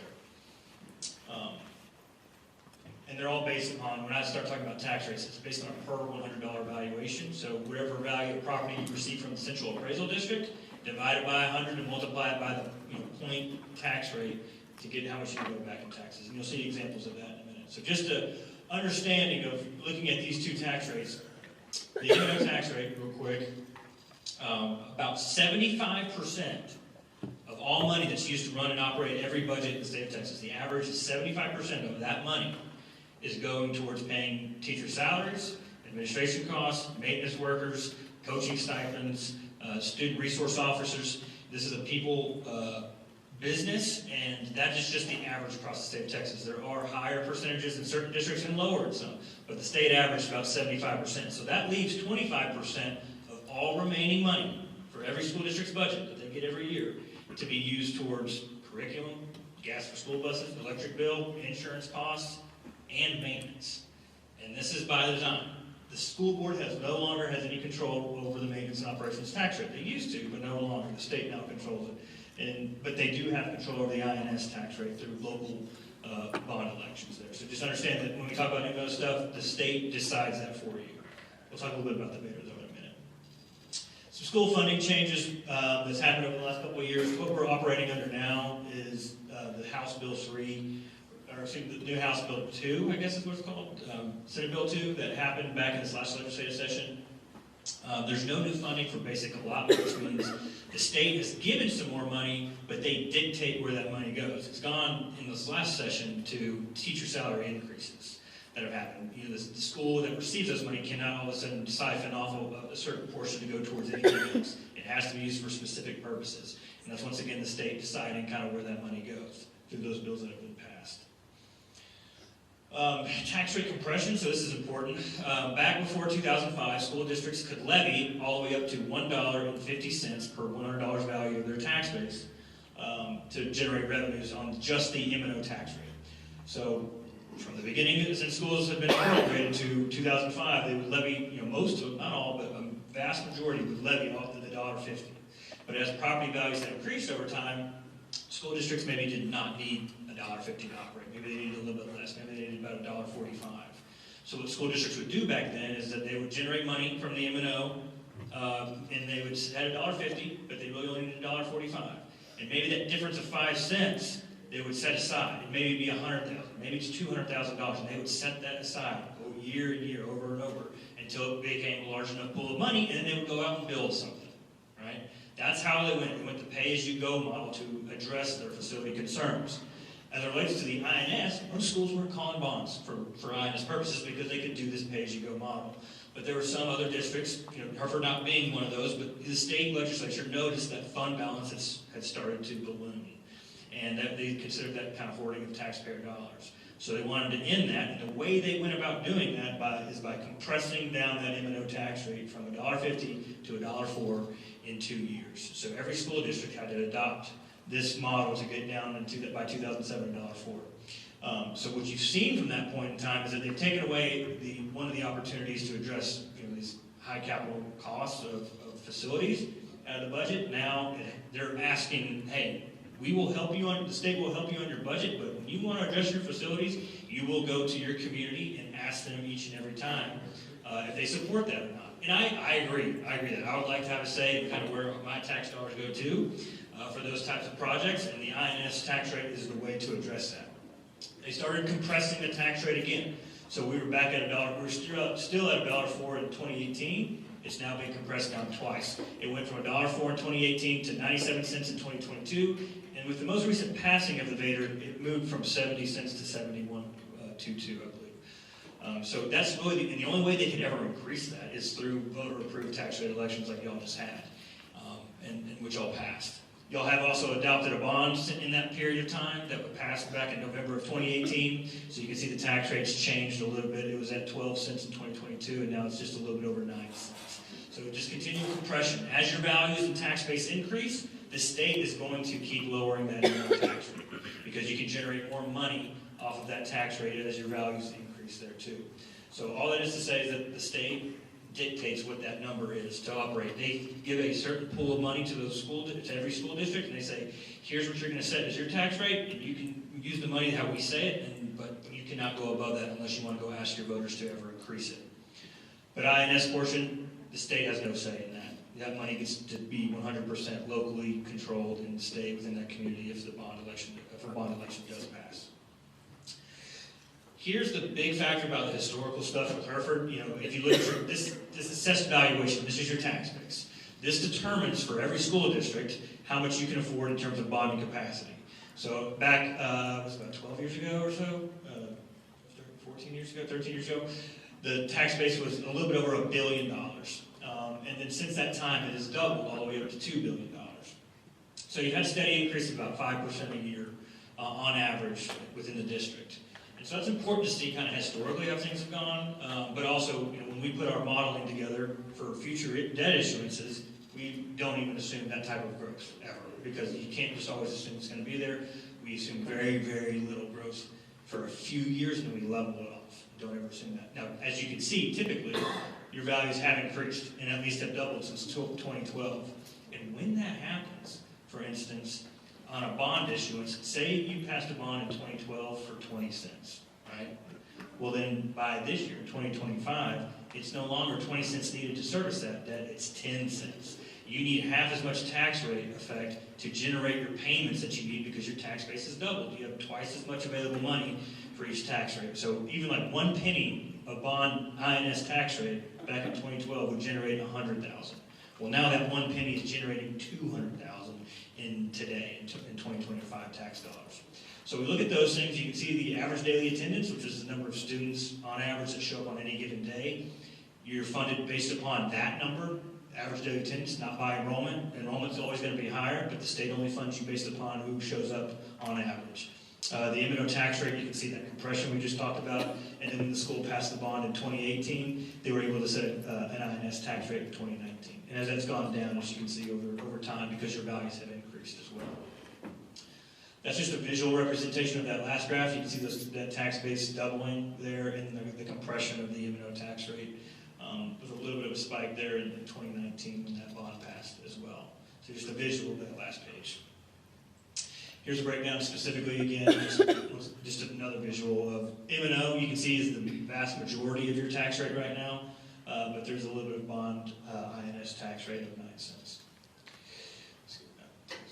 Area comparison. So, we can pick any of these, like any schools that you don't see on here. I'm happy to go back and go find out, their specific information, and maybe I can zoom in here because it's kind of tough to see. Yeah, I got it. If I fall again, well, I'll blame you, brother.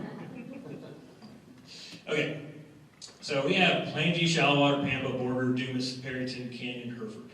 These are all schools up in this area for sure that we're looking to, as a comparison. We can go look at any others too. Of course, when you go look at somebody like, a Lubbock ISD or an Amarillo ISD, they're kind of in a different world. They have multiple high schools and stuff like that. I know Canyon does, and a couple others do like that as well. But when you look at this, what they're able to afford, based upon these bonds that they maybe have passed, is that tax base number. The larger that number is, the more bond that they can afford. The example that I would use would be like, okay, let's see here.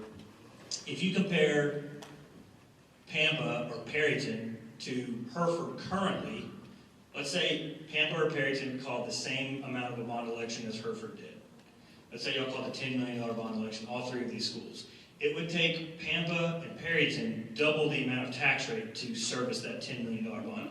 It may take Hereford 10 cents. Well, it would take them 20 cents because they have half the tax base. So now you can see how some of these schools out here, the larger that number is, the more likely are that they have called for much larger bond elections because they have a tax base to support it.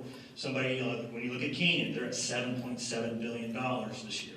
And so as you can see, that kind of corresponds to why they have the largest number over there of $328 million worth of bonds passed since 2000. And why do you choose the year 2000? Because schools weren't really calling bonds all the way until about 2005 when that first round of compression happened. So you've kind of started at that point to kind of see what's happened. The other portion of this, again, so skipping over to the after the tax base, you have the maintenance and operations tax rate. All those are different for each school for the most part, and that's because it's based upon a lot of different factors for each of those schools. The tax base is considered, your weighted average daily attendance, your average daily attendance. Certain kids get a different funding source depending on their socioeconomic background and things of that nature too. The INS tax rate is the maximum you can go is 50 cents. You cannot go above that if you call an election and have it with what's called the AG's 50-cent test. So those schools right here are ranked in order based upon that INS tax rate. So you have Plainview and Shallower that have maxed out their tax rate, Pampa very close, Orger in the 40s, Dumas in 35 cents, Perryton at 31 cents, Canyon 26, and Hereford at 9 cents currently. And so how that all matters is because they're having to service, some of these bond debts that have been out since 2000, they've probably retired some of it. I don't have exact, I can go find it, but I didn't go and research each one of these, how much they've paid off. But, that's what they've been using to service debt. And, the more likely the higher the tax rate is right now, so if they're upper and closer to 50 cents, the more likely they've called a bond pretty recently, too. Hereford's bond, that was back in 2018, is on a 15-year note, so y'all are on the more aggressive term length of the bond there. Have no problems to get that, I understand it. It's how you want to operate your own personal finances, too, a lot of the times. And so that's going to be, retired here in 8 years, I believe, right now, or so. And so then, we look at, future bonding capacity. So these scenarios that you're going to look at are on a 30-year term length bond. But of course, it works the same way as your mortgage does, right? So if I want to go get a mortgage, I wouldn't really want to necessarily put on a 30-year loan to the bank either. But I probably wouldn't like the house I could afford if I wanted to do it on a 15 so much either. So it's kind of that idea behind it. It's like the farther length you go, it's the less of a payment, but you get to borrow more. And that's kind of the same way that this works too in that regard. Now, it's always going to be based upon, I will do whatever it means to what the school board and what the committee wants and wants to see. If we want to see different scenarios, I'm happy to run those. There's 1,000 ways to do this. I'm just kind of doing the most cost-effective, the lowest possible tax rate version of that. Every time you shorten that bond length term, you're going to get a higher tax rate increase because of it. And so that means you're borrowing less in terms of what you can afford as well there too. So just keep that in mind. All right. Here's the first 3 examples that we have. So there's been a couple of different ones.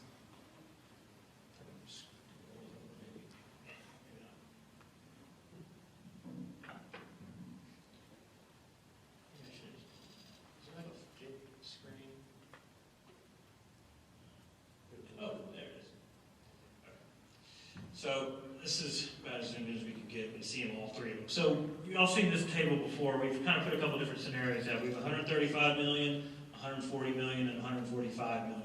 These 3 separate scenarios here. And this corresponds to our pro forma model of what we expect your future valuations to be. I'm not assuming exuberant growth. I'm not assuming things that are going to come in here and add to your tax base. And that's a good place to start because you don't ever want to assume those things because they may not happen. So everything that we do in this is going to be very conservative. And if you look here, we have your market value of your home. So this isn't the value that you see on Zillow or something like that. This is the value that you receive from the appraisal district that you would look to pay your taxes on. And this is specific to school district taxes because school districts, if on their taxes, individual residences can take out that exemption, which you can see here of $140,000. So when you look at that, you subtract that out to get your taxable value after that exemption. So this is for all individuals that own their home that are under the age of 65. So you get to that taxable value. Specific to Hereford, which was mentioned earlier, the average market value of a home, according to the Central Appraisal District in Deaf Smith, is $172,716. So they're able to subtract out that 140 to get to a taxable value of $33,716. Now understand, that's the average. And there's going to be some that are going to be much higher than that as well, but we've tried to include at least a good swath to give you a perspective of what maybe the higher end homes would be valued at. When you subtract theirs out, they're at $260,000 of taxable value. So going across here, on the high end, if you were to do the $135 million, it would be an increase of $871 a year. That's the increase to the school district. But like I mentioned earlier, if those taxable values ever start increasing, that number could start going down, right? Like you've already seen it happen right now because you've seen your tax rate back from 2018 start at 12 cents and now we're down to 9. So those things are possible there too. But at least for the average home, you're talking about $112 annual increase for $135 million, and then if you go down the line to scenario 2 for $140 million, the average is $118, and then the higher amount is $145 million is $125. So the average it stays lower like that because they have that higher exemption in comparison to the total value. But of course, on the higher end, it's still just going to change just a little bit more because it's of a higher effect there. So it just gives you an idea of annual increases for homesteads. Now, say, I know there's plenty of local businesses, and ag value is a whole separate thing that we're going to get into, not tonight, but how those things are calculated on ag values. But say, is your own personal business or a piece of property that you own that you have a taxable value somewhere in there, you can see where you kind of line there or get close to it. But if you want to do it on your own, just go find that CAD valuation that you received, divide it by 100, and multiply it by any of these scenarios of 0.335 or 0.35 or 0.372, and you would get your average annual increase. So just keep that in mind about how your taxes are calculated for the school district. I'm going fast, but I'm trying to just get us through everything here. These are the higher ones that we talked about earlier. They just want every school district I work for wants to know what is our maximum capacity that we can afford. Well, if you max it out, like some of the schools that we mentioned earlier, you would be able to afford a $170 million maximum bond election. By the way, you would structure it by passing all the laws and Attorney General's rules to get that through. That's what you could afford. Now, in general terms, law schools, typically don't like to go to that 50 cents. Some have to, because for a variety of reasons, whether the school is about to fall down or they're getting a lot of growth, or they have just so much needs and things of that nature too. But just to say that there's a lot of options that we can run. These are the ones that we've kind of wanted to put forth to you to help you make a decision for tonight. But just kind of gives you perspective there of what that means for the higher amounts too. So we go from 150 to the maximum 170. So 38-cent increase and then a 41-cent increase. That 41-cent increase, of course, plus the 9 cents you currently have would get you to that max capacity of 56. 65 and older, of course, for their specific homesteads, they do not pay any new taxes to the school district. They are frozen. And so with a lot of senior citizens or individuals that are 65 and older, they probably saw a significant decline in their taxes specific to the school district. I understand county, hospital, water districts out there, things like that. That's a different, ball game. This is specific that money that you're paying to the school. Those individuals, 65 and older, now have an exemption that increases it. It was at $110,000 last year, but because it was on the November ballot and it passed, they are now able to subtract out $200,000. So that example would be like this. Let's say last year somebody that was 65 and older paid $1,000 to the school district, and then this year they get to pay zero because their home value is less than $200,000. They get to subtract out that $200,000, and then now it goes down to zero. They pay $0, budget or bond, to the school, and they are now frozen at $0. That's the part that's frozen, the dollar figure. The tax rate can change, your home value can change, but you will never go above that frozen levy. It can always go down, like I just mentioned. It can never go up unless the only way it goes up is if you do improvements are made to your homestead in the future. Your ceiling may increase, but only for that improved section's value. So talk about a barn or a pool or something of that nature. That if you were to add to it, that would be sectioned off on its own separate frozen levy. So with that increase of the exemption, you've seen that a lot of folks that are at least 65 and older are paying much less in taxes to the school district specifically. And should a bond pass, let's say they're frozen now, maybe went down frozen at $10, $100, whatever it is. You're still frozen there. A bond passes at this magnitude, they're not paying any dollars towards it because they're frozen at that value. Unless they decide to do a couple different varieties of adding value back to their home there too. So it just gives you an idea.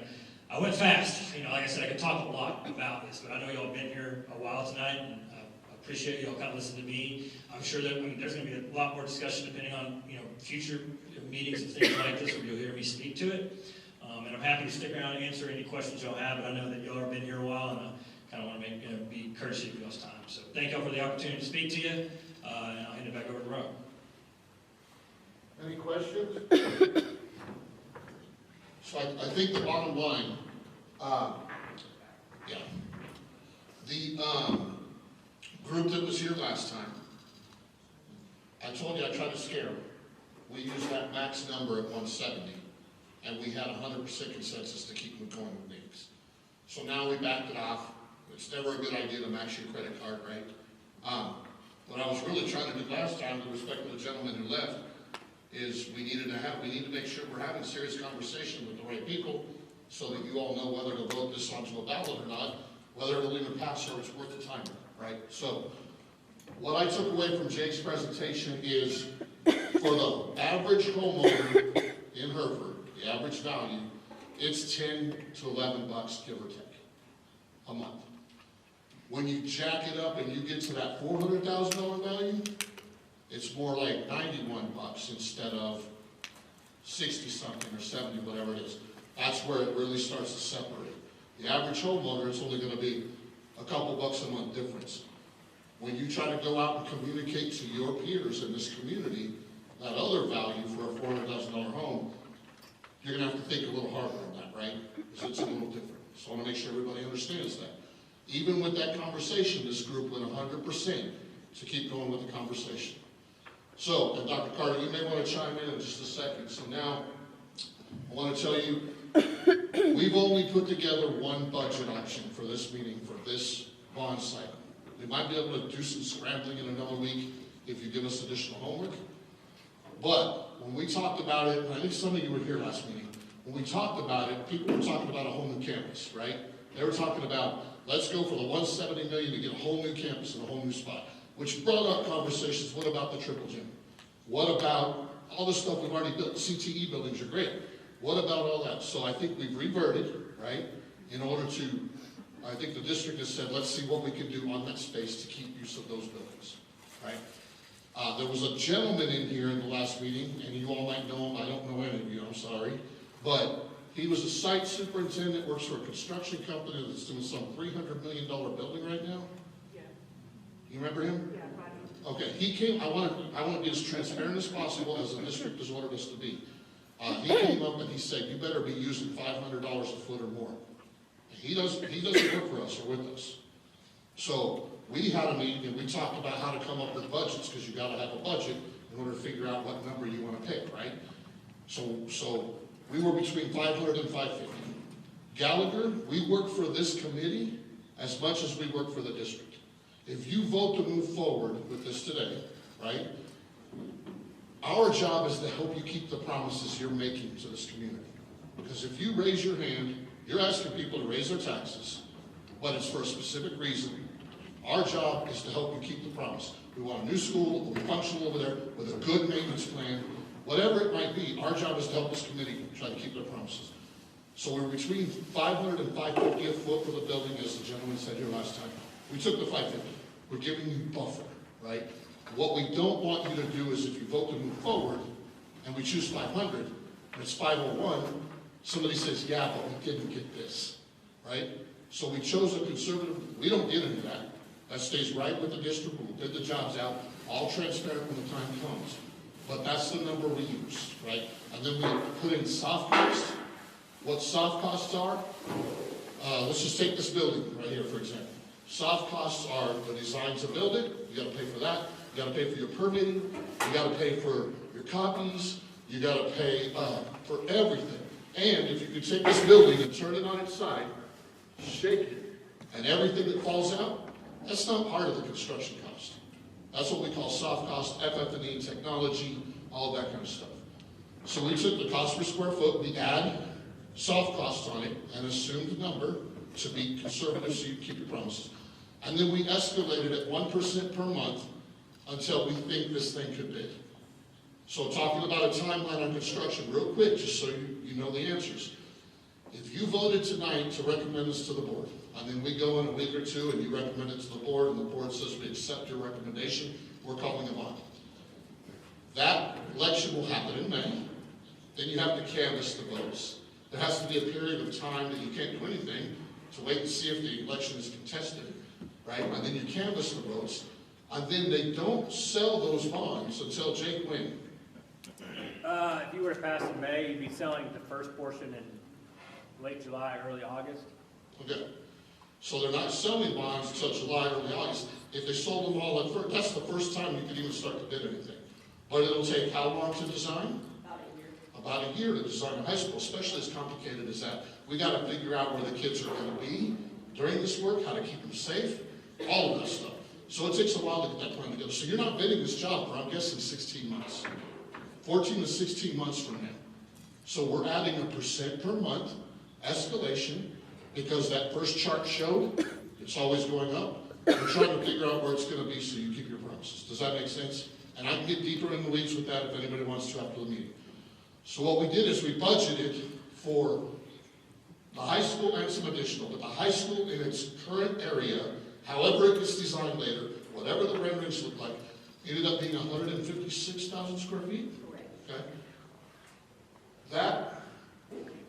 That took us to a range, depending on whether we could bid it in 14 or 16 months. The high school itself, 117 to 121. And how much is square foot? It's at right now 550 plus escalating in an additional 14 to 16%. I got 75 million. Plus soft cost. 150,000 times. 156 times, anybody has a calculator, want to do it? 156,000 times 550, right, times 1.16 for the escalation, then times 1.2 for the soft costs. You had 20% soft costs and 16% escalation. And the escalation is amortized every quarter. So it'll be a few cents off, basically. But that came from a spreadsheet I'm willing to open up at the end of the meeting. It's $550 construction cost in today's dollars, plus those numbers I just threw out. 16% escalation, and then 20% interest on top of that. So you're talking, well, all I did was multiply 150,000 times the 500 that the gentleman suggested that we needed, and it came out to 75 million. Yes, and that's nowhere near what it'll cost to open that building. And I'll do a whole presentation if the board decides to move forward. I can do a whole presentation on the cost. 1% per month escalation. As far as what? Oh, the interest, that's a Jake question.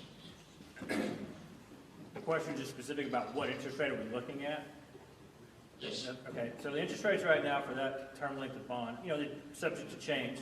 You're trying to estimate out where you sell those bonds at. So we're talking about late July, early August. Nobody knows that, but we make conservative estimates. Currently, the bonds for a 30-year length term bond are anywhere from 4.4% to 4.5%. And if things progress, if they keep cutting interest rates, well, then that would potentially be lower. We don't make those assumptions. There's talk of them being cut, but those rates are not locked in until that bond is sold on that specific day. And then you can refinance in the future. Same idea with a mortgage as well. And, we're not selling it all at once either. There's no point to sell a full portion of a bond in the first year because now you're just carrying a bunch of interest for no reason, right?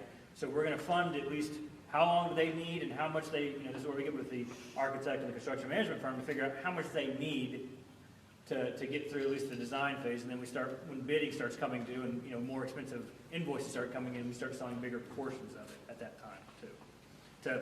Interest rate risk is involved in that, and also less cost to taxpayers because you don't want to carry the full weight of that bond.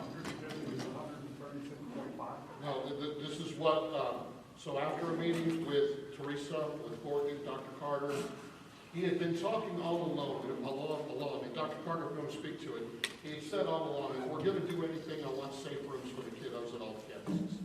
So that is an addition here. We can take this out, the committee is deciding on what gets put through or not. But this is the package put forward. We can adjust it with your input. But these are essentially either cafeterias or elementary gyms at 5 campuses that are hardened shelters, concrete roof. It's a tornado shelter. Suitable to fit 500 kiddos or people in each of those rooms. And he's talking about putting them at 5 campuses. Do you want to talk about that, Dr. Carter? Okay. The second here, if there's questions, ask them. But the second is we talked about where we're going to put the building. We've got to move the tennis courts. So there's a dollar amount to move the tennis courts. And then we're going to demo Stanton. If the group still wants to do that, there's money to abate and demo Stanton. And then there to light the baseball field, these are allotments. We can't get bids until we have money in the bank to award projects. It's illegal for the district to award a bid if they don't have money to award the project. So we're just putting allotments in here so that you have a package to consider tonight. What I would suggest, and Dr. Carter may throw something at me, I don't know, but what I would suggest, you just look at the numbers that Jake shared. The bottom number, I believe, was 135 to split the baby, and it's between these numbers. right? And then that's No the, problem. yep, I was gonna say that exact thing. Understand, these aren't prices. Our job is to come up with a bond number that's going to assure that you're gonna be able to do everything that you promised the community you do. Okay, when we bid it out, obviously, those are public bids. The board is going to see every bid that comes in and get to choose, with us being able to help to say, you know, we've worked with this company or that company, but the board's gonna get to look at every bid, and hopefully they come in lower, but we wanna make sure we have a safe number. yeah, the board has elected CMH procurement methodology, which is the most transparent. Every bid, the public will be able to see. So, What did you allow for inflation? 1% per month, based, amortized quarterly. So if it's $1, after 1 quarter it's $1.03, but then after 2 quarters, it's an additional 3% of the $1.03, so it amortizes. So it's cushioned so that if we have some crazy supply chain thing happen, that you're not keeping your promises. So that 121 is turnkey. Both of them, yeah, they're all turnkey. For the 121's turnkey. So, yep, they both are. They're just based on can be bid in 14 to 16 months, and then so we put a dollar variance in it. These numbers are furniture, technology, keys, security. If you say I want the high school, then we're going to hand you keys to the high school. These will be all in numbers. And we're hoping you have money to 121. Do what? The kids can walk in at 121. 124, Yes. 124, because we're knocking down the tennis and the baseball. Good point. Okay. And my other question is, if we build this, how does this square footage compare to what we have? That's a Teresa question. I can get back to you on that, but I don't know for a fact. So let me, I'm going to speak to this for a second because of an exercise that Gallagher did last year. So we're an owner's agent, we're a fiduciary. Our job is to be alongside the district against the architect. Everybody's got to win, it's got to be a good team, as Dr. Jones said earlier. But our job is to make sure the community and the district are held safe, right? So we did a study last year, taking all of the architects with whom we've ever worked, and we studied how efficiently they designed their buildings. And what I mean by efficiently is square foot per student, but the building operates in an efficient manner. Does that make sense? They have the lowest square footage per student at the most efficient. So there are architects, and they're all great, they're all trying to do a great job, but there are architects, that number might have to be 140 because of the way they design their buildings. They're an efficient layout. I would venture to guess your space right now is more than that, but you don't need it once it's designed efficiently. That's my guess after walking those buildings. Does it give room for growth? Yeah, that's what I was gonna ask you. We know the number of students that we have now. Yes. What is this based off of? Like, what is this, how many can we support? So right now you've got, is it 1,100 students, something like that? This is designed for 1,500 students, so you can grow about 400 students. So it leaves you room to grow by 400 at the high school. And could it be designed so that there's a way to add on classrooms if they ever need them later? Yeah. A question about the demo of standing at $1 million, does that include the asbestos abatement? It does. Those stands were built with asbestos? We do. I was on the phone right before this meeting trying to get that number. She gave me a $1 million number. My estimators, we're done. My estimator said this. My estimator said to abate and demolish a lot for $8 a foot. When you look at a 120,000 square foot building, it came in right at what she suggested.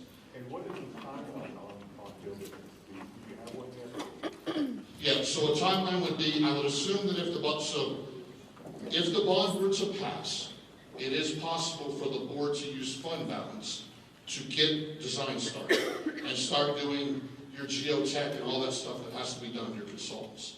If you pass a reimbursement resolution, you can pay yourself back once the bonds sell in July, right? So design can start in June, May or June, which would be programming, coming in and figuring out all the things. That'll take about a year.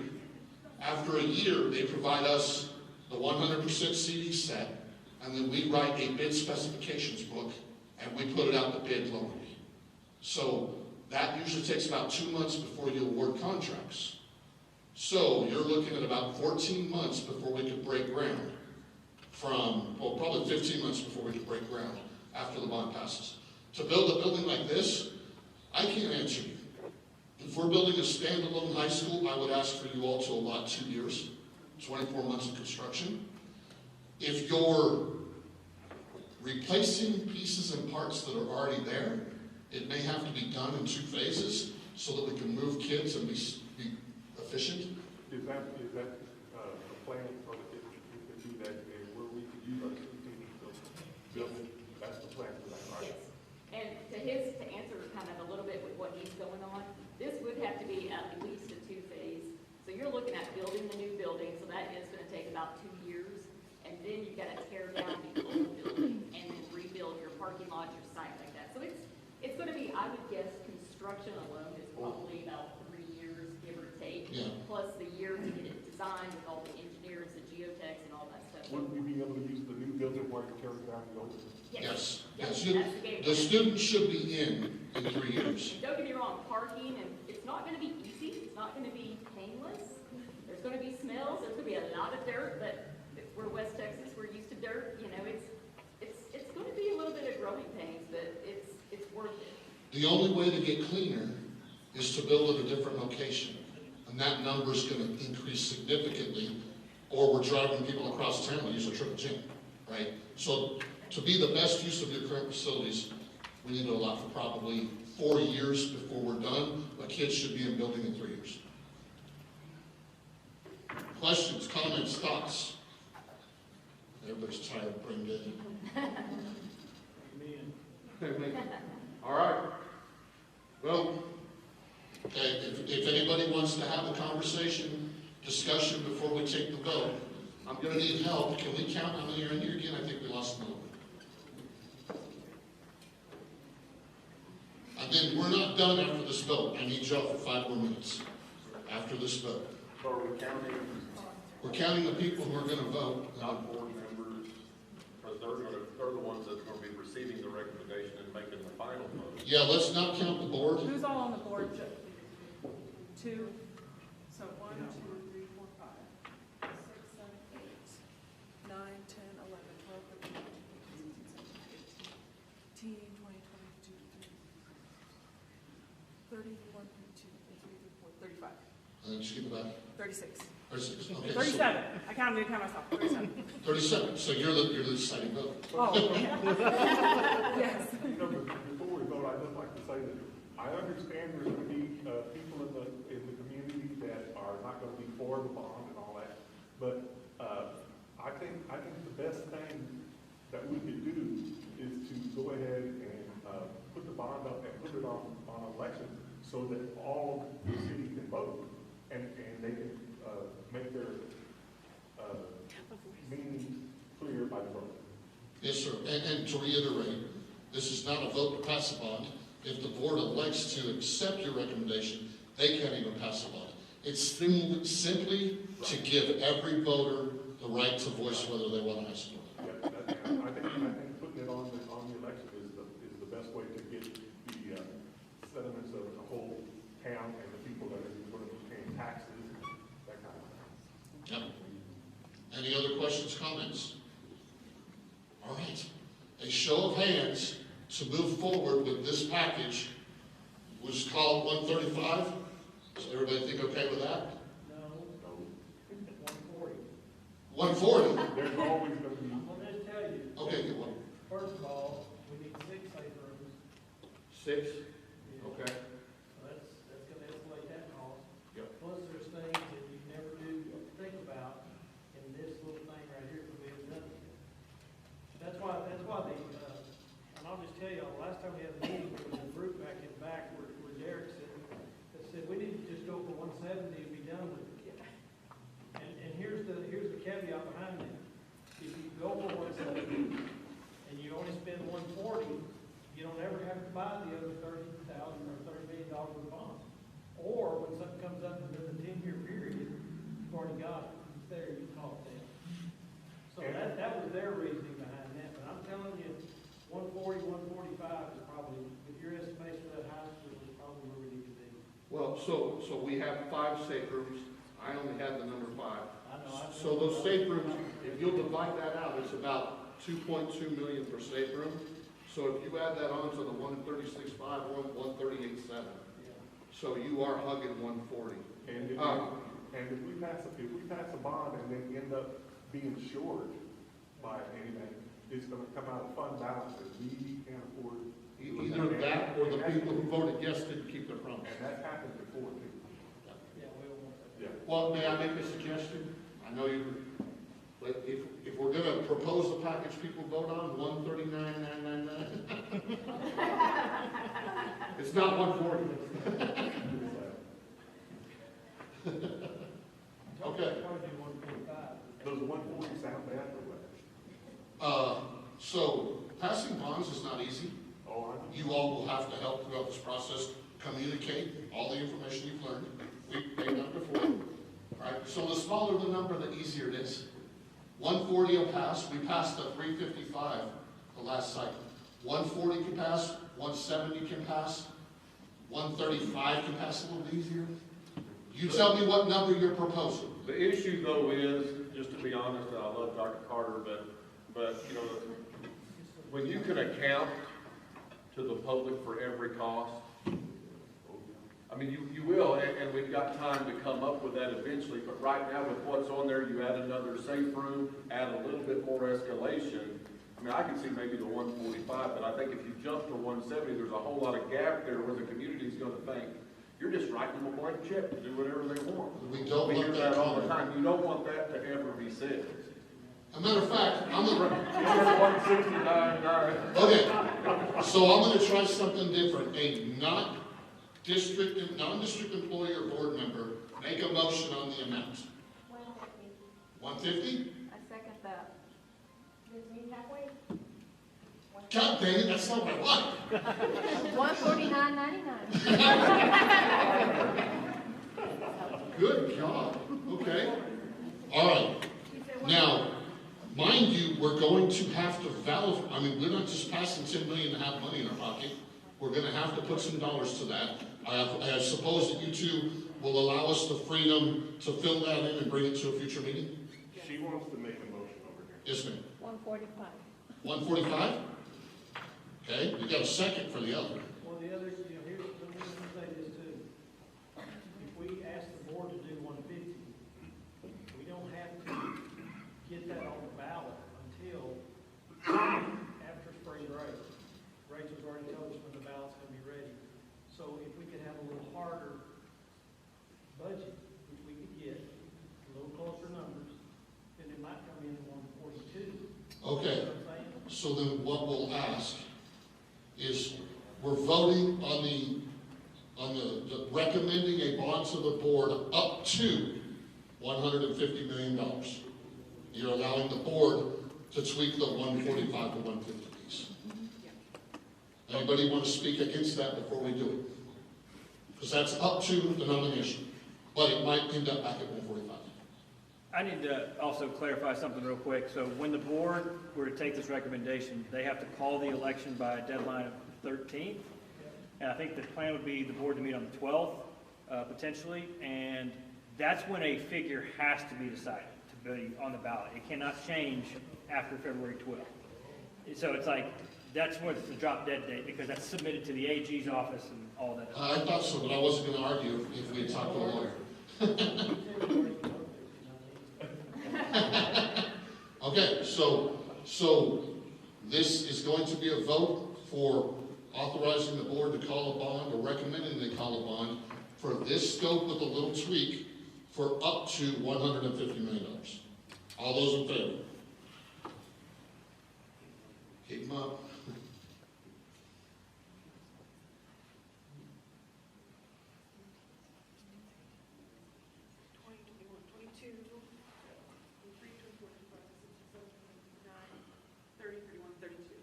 Is that right?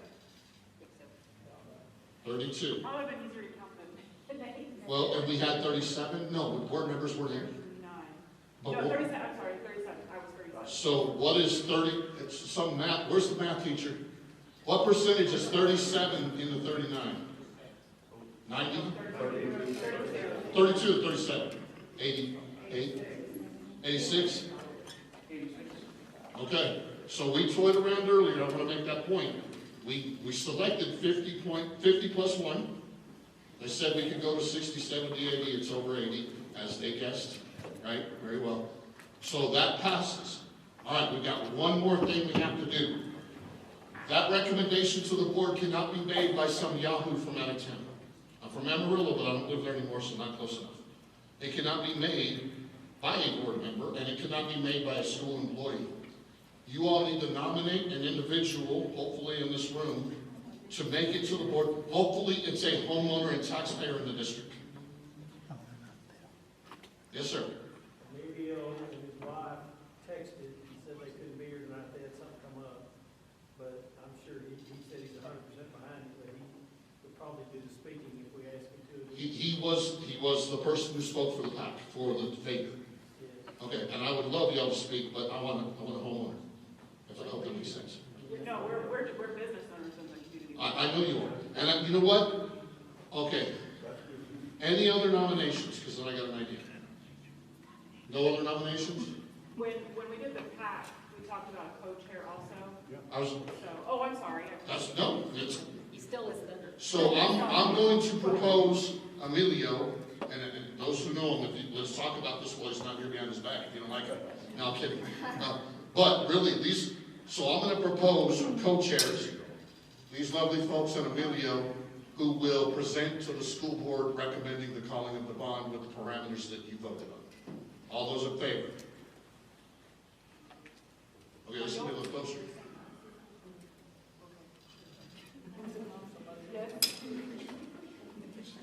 Go ahead and raise your hand high, because I'm having trouble seeing them.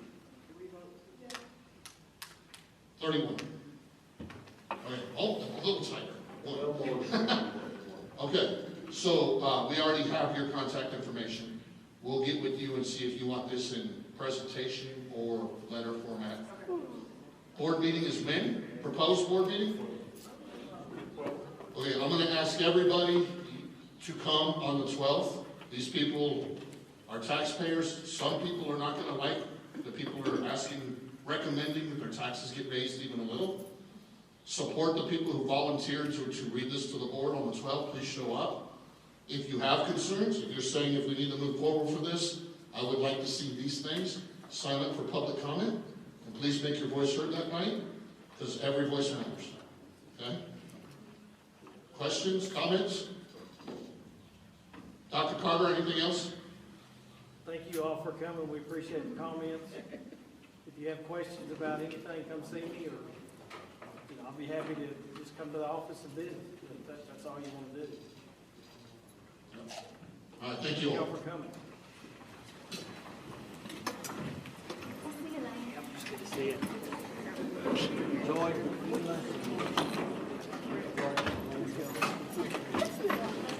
Yes, it is.